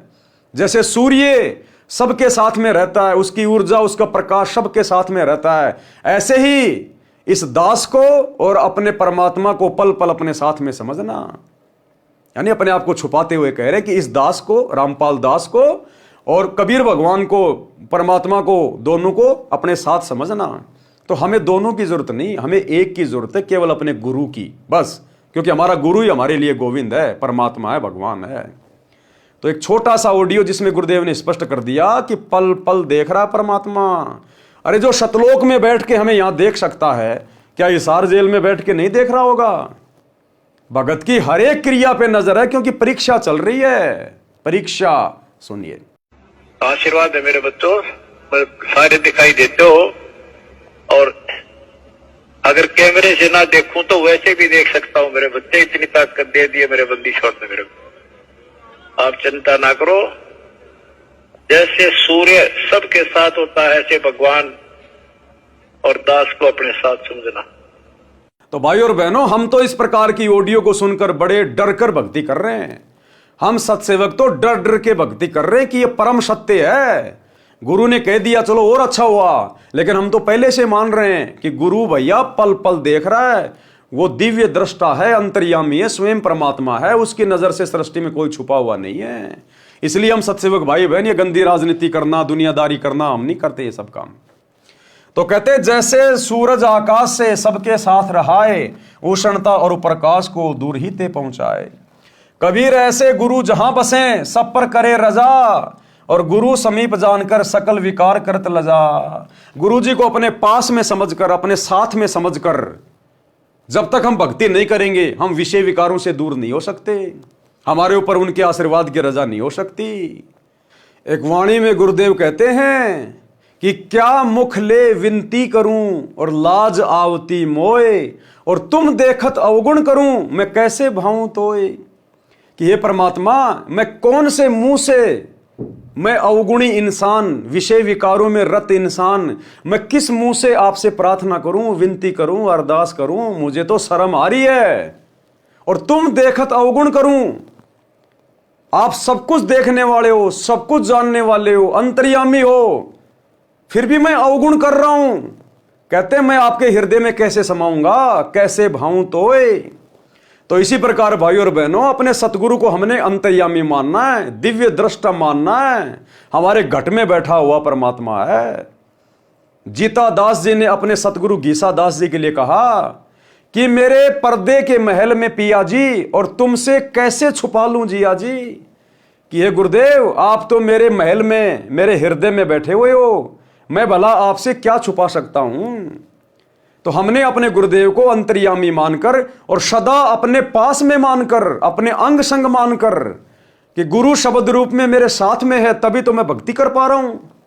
और गुरु मेरी प्रत्येक क्रिया पे नजर बना के रखे हुए, तो भगत ने इस प्रकार डर कर भक्ति करनी चाहिए। एक कदम भी भक्ति मार्ग से, मर्यादाओं से बाहर नहीं हटाना चाहिए। जिस प्रकार आप किसी सोने चांदी की दुकान में बैठे और वहां पर चारों कोने में 4 सीसीटीवी कैमरे लग रहे हैं और आपने देख लिया, आप वहां से एक छोटा सा नाक में पहनने वाला सोने का आभूषण भी नहीं उठा सकते, क्योंकि आपको पता है कि मुझे पल पल देखा जा रहा है, सीसीटीवी कैमरे लग रहे हैं। तो इसी प्रकार अपने गुरुदेव को पल पल सीसीटीवी कैमरे के रूप में, कि इस परमात्मा का कैमरा तो असंख्य ब्रह्मांडों के पार देख लेता है, अंधेरे से अंधेरे में, भंवर गुफा में भी देख लेता है। इससे मैं अपने अवगुण कैसे छुपा पाऊंगा?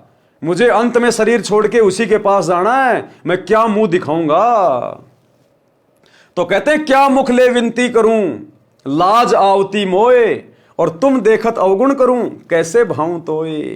तो भाई इस प्रकार से हमने सतगुरु को पल पल अपने साथ मानकर, शब्द रूप में मानकर, हमने विषय विकारों से और गलतियां करने से बचना है। तो कहते हैं गुरु समीप जानकर सकल विकार करत लजा, यानी त्याग दे सारे विषय विकार। भावार्थ, गुरु जी के दर्शन छठे महीने अवश्य करें। सत्संग और गुरु दर्शन से पूरा वंश मुक्त हो जाता है। यदि छठे महीने दर्शन नहीं कर सकता तो वर्ष में बेसब्रा होकर, यानी अति उत्साह के साथ दर्शन करने जाएं। यदि एक वर्ष में गुरु दर्शन नहीं करता है तो वह शिष्य भक्तिहीन माना जाता है। ऊपर आपने वीडियो में सारा सुन लिया गुरुदेव के मुख कमल से। यदि गुरुजी सतलोक चले गए तो उनकी शिक्षा को आधार मानकर, किस बात को आधार मानकर? गुरुजी की शिक्षा को आधार मानकर, ना कि गुरुजी के परिवार को आधार मानकर, ना किसी कोऑर्डिनेटर को आधार मानकर, ना किसी भगत को आधार मानकर, केवल गुरुजी की शिक्षा। और गुरुजी की शिक्षा क्या है? गुरुदेव के सत्संग, गुरुदेव के नियम। और वर्तमान में 2014 बरवाला कांड के बाद वही तो परीक्षा चल रही है कि मेरे सतलोक जाने के बाद ये किस प्रकार से भक्ति करेंगे। उसी की छोटी सी रिहर्सल, ट्रेलर परमात्मा हिसार जेल में बैठ के ले रहा है हम भक्तों की। और इस ट्रेलर में, इस रिहर्सल में केवल सत्सेवक भाई बहन सफल हो रहे हैं, बाकी सब ने अपने विकेट गिवा दिए, सब ने अपने डंडे उखड़वा लिए गुरुदेव के परिवार के चक्कर में आकर। क्यों? क्योंकि संगत गुरुजी की शिक्षाओं को आधार बनाकर नहीं चल रही। ये जीने की राह पुस्तक हाथ में ले लेके देश दुनिया में बांटी जा रही है। अगर इस जीने की राह पुस्तक को सतलोक आश्रम वाले, गुरुजी के परिवार वाले अगर ध्यान से बैठकर पूरा पढ़ लेते तो ये कभी भी मार नहीं खाते। लेकिन भाई कहते हैं औरों पंथ बताओ ही, और आपने जाने राह, खुद को पता भी नहीं इस पुस्तक में क्या लिखा हुआ है, और दुनिया को पुस्तकें बांट रहे हैं। खुद भक्ति की राह से भटके हुए हैं, जीने की राह से भटके हुए हैं, और दुनिया को जीने की राह पुस्तक देके भक्ति मार्ग पे लाना चाह रहे हैं। खुद राजनीति कर रहे हैं, गुंडों का साथ दे रहे हैं, आरक्षणों में जा रहे हैं, दो लोगों के लिए स्टेडियम बना रहे हैं, पल पल पे मर्यादा तोड़ रहे हैं, गुरु को दुखी कर रहे हैं, और दुनिया को ज्ञान गंगा बांट के, जीने की राह बांट के भक्ति राह पे लाना चाह रहे हैं। तो ऐसे लोगों के द्वारा बांटी गई पुस्तकों का, ज्ञान का सामने वाले पर पूरा असर नहीं होता। तो ये पुस्तक भाई और बहनों अब परमात्मा ने दया बख्शी कि ऐसे तो इन पुस्तकों को कोई नहीं पढ़ने वाला, सब लातों के भूत बन रहे हैं, देखा देखी में चल रहे हैं, सब भेड़ पूंछ पकड़ रखी है सबने। इसलिए परमात्मा ने दास पे दया की, साथ संगत वाले भाई बहनों पे दया की, और अपनी सभी पुस्तकों पे धीरे धीरे धीरे धीरे वीडियो बनवा रहे हैं। अब इस जीने की राह पुस्तक में लगभग आधे वीडियो बन चुके हैं, 20 वीडियो और बनेंगे। अब पता चल रहा है कि जीने की राह पुस्तक में क्या लिखा हुआ है, ये कितनी महत्वपूर्ण पुस्तक है, कितनी गहरी गहरी शिक्षाएं हैं। और बाकी इसको लेके हाथ में 20 रुपए में जीने की राह, 20 रुपए में जीने की राह, और खुद भक्ति की राह पर 20% भी नहीं चल रहा। तो सतलोक आश्रम से जुड़े भाई बहनों को यह पुस्तक पढ़नी चाहिए। और ऐसे नहीं समझ पाओगे आप, आपने साथ संगति से जुड़ के, और अब जो साथ संगति के माध्यम से इस पुस्तक को पढ़ाया जा रहा है, अब पढ़ो आप, तब आपके समझ में आएंगी ये बातें। और गुरुजी से प्रार्थना करो कि मालिक हमें भी सद्बुद्धि दो सत्सेवकों की तरह, नहीं तो ये वीडियो भी तुम्हें समझ में नहीं आएंगे। तो क्या कह रहे हैं गुरुदेव कि गुरुदेव के सतलोक गमन के बाद उनकी शिक्षाओं को आधार मानकर धर्म कर्म करते रहिए। अपने गुरुदेव को पल पल अपने साथ समझकर परमेश्वर का भजन करो। जो गुरुजी ने दीक्षा मंत्र दिए हैं उनका जाप करते रहो। गुरुजी को मरा नहीं समझें, ये तो स्थूल शरीर त्यागा है। जैसे वस्त्र उतार दिए जाते हैं, शरीर तो सुरक्षित रहता है, इसी प्रकार स्थूल शरीर रूपी वस्त्र त्याग्या है। नूरी शरीर से सतलोक चले गए हैं, वहां पर अमृतत्व प्राप्त कर लिया है। गुरु तो स्वयं अमृतत्व दाता है, वे कहां से अमृतत्व प्राप्त करेंगे? ये हमारी परीक्षा है। कभी भी मत सोच लेना कि हमारे गुरुजी सतलोक गए, हमारे गुरुजी का मोक्ष हो गया। मुंह से भी ये शब्द मत बोल देना जो यहां लिखे गए हैं कि वहां पर गुरुजी ने अमृतत्व प्राप्त कर लिया। तो क्या पहले गुरुजी जन्म और मरण में थे?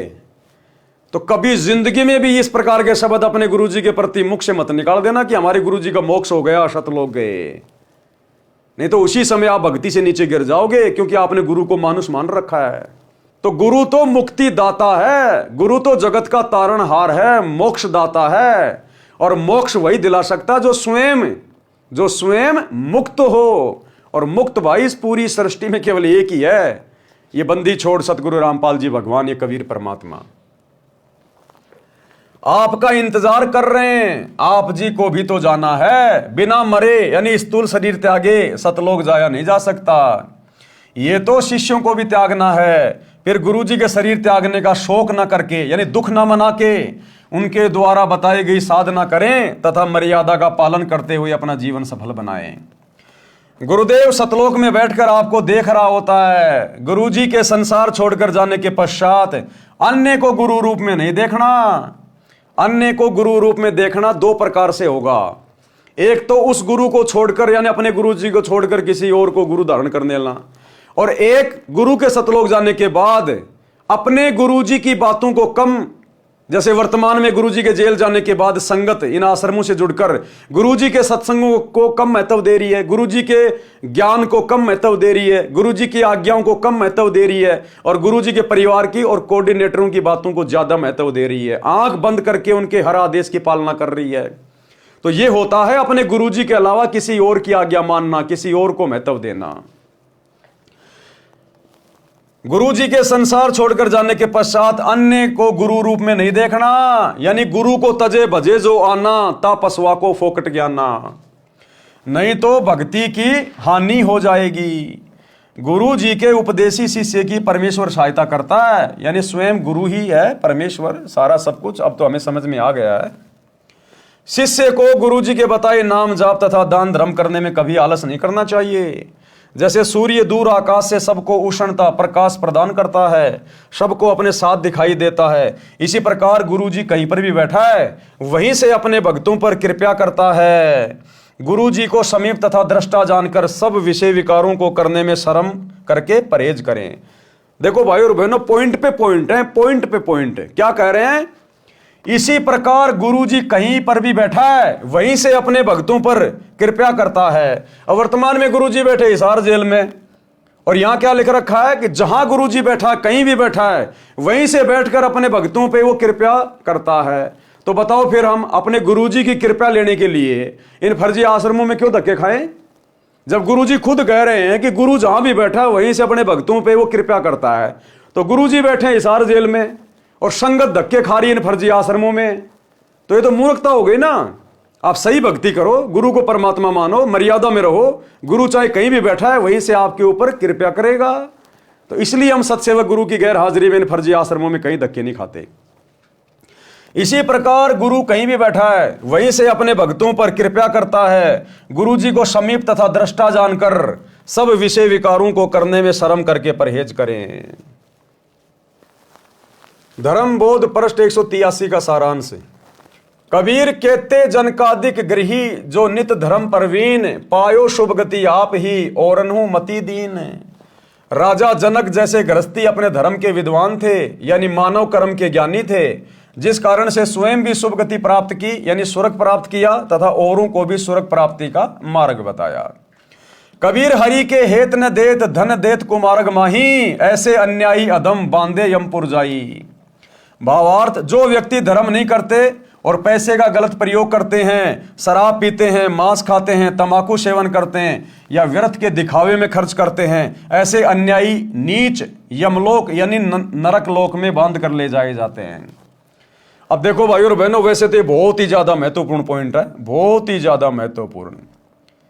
क्योंकि यहां पर तो सीधे सीधे आप यही समझोगे कि भैया तो जगत वालों के लिए कहा जा रहा है कि जो व्यक्ति दान धर्म नहीं करते, शराब पीते हैं, मांस खाते हैं, तंबाकू सेवन करते हैं, व्यर्थ के दिखावे में खर्चा करते हैं, ऐसे अन्यायी नीच यमलोक यानी नरक लोक में बांध कर ले जाए जाते हैं।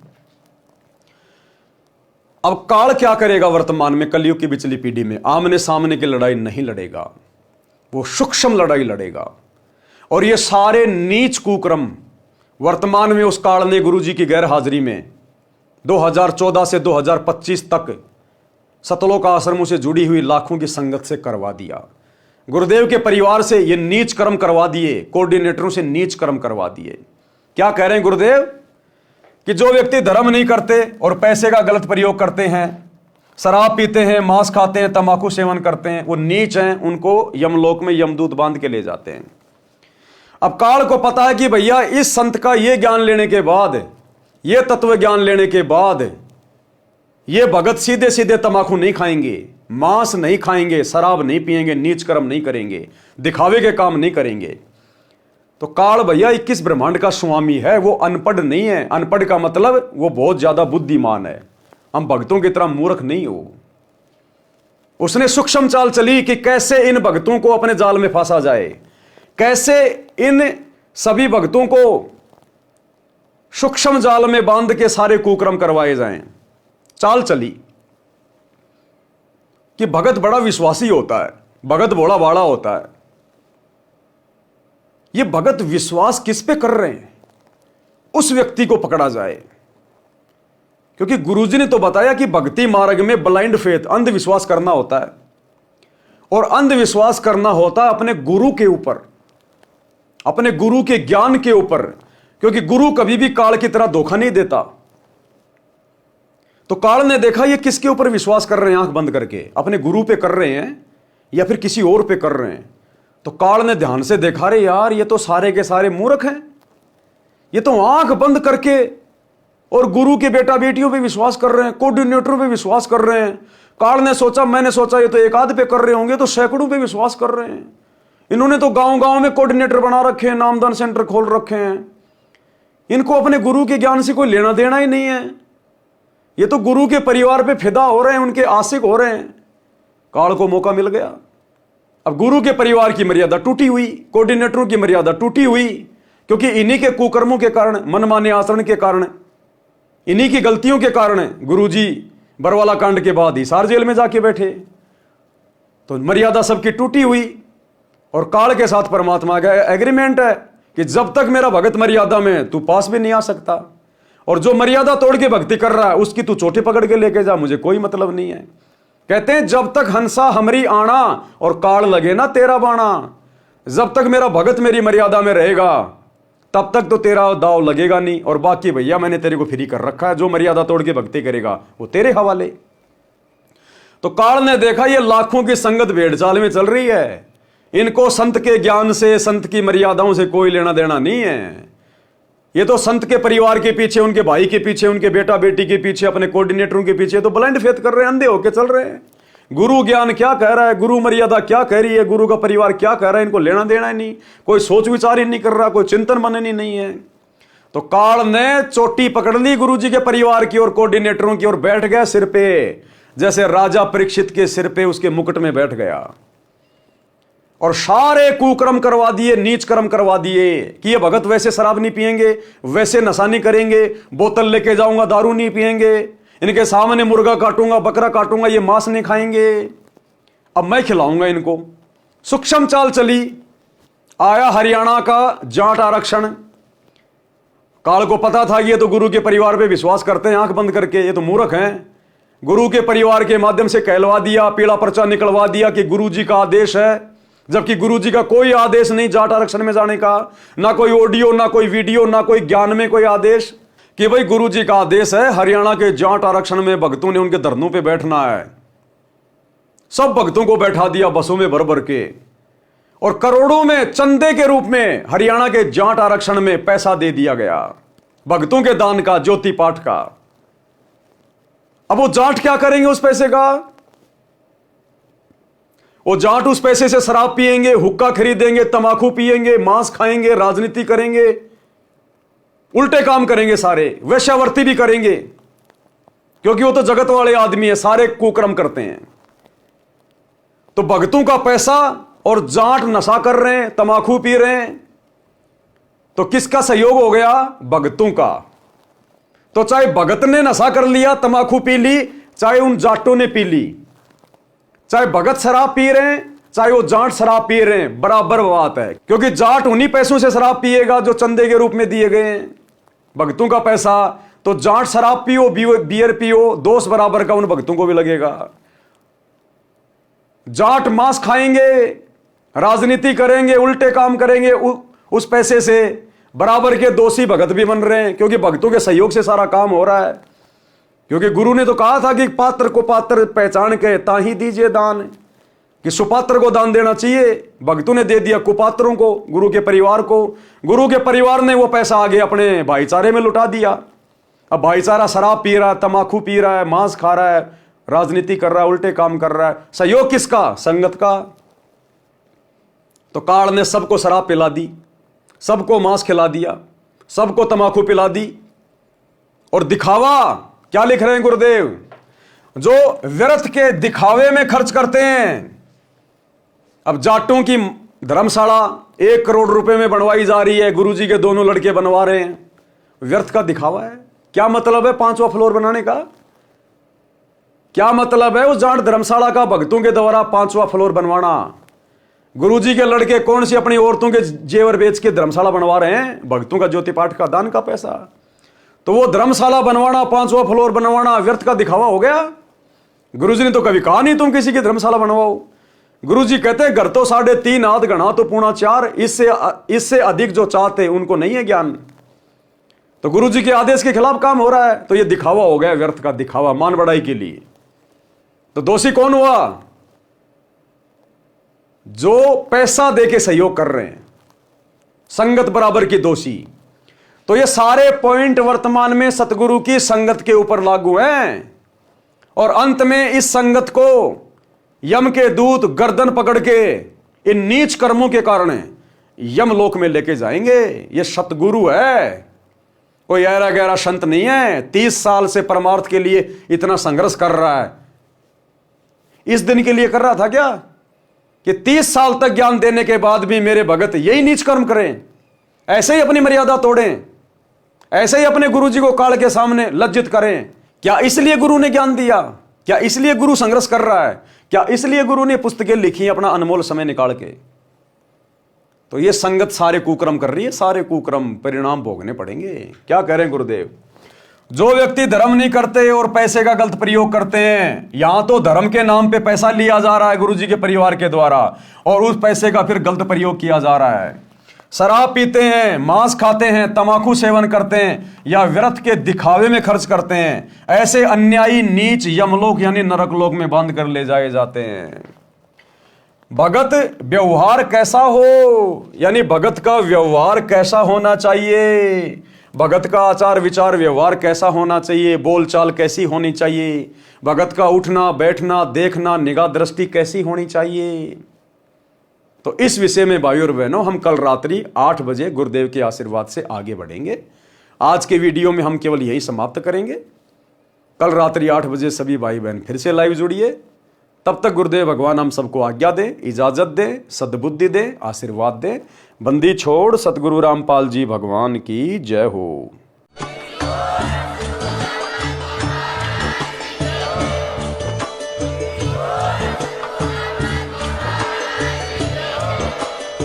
भाई जो गुरु बचन पे डट गे, कट गे फंद 84 के, कट गे फंद 84 के, कट गे फंद 84 के। भाई जो गुरु बचन पे डट गे, कट गे फंद 84 के, कट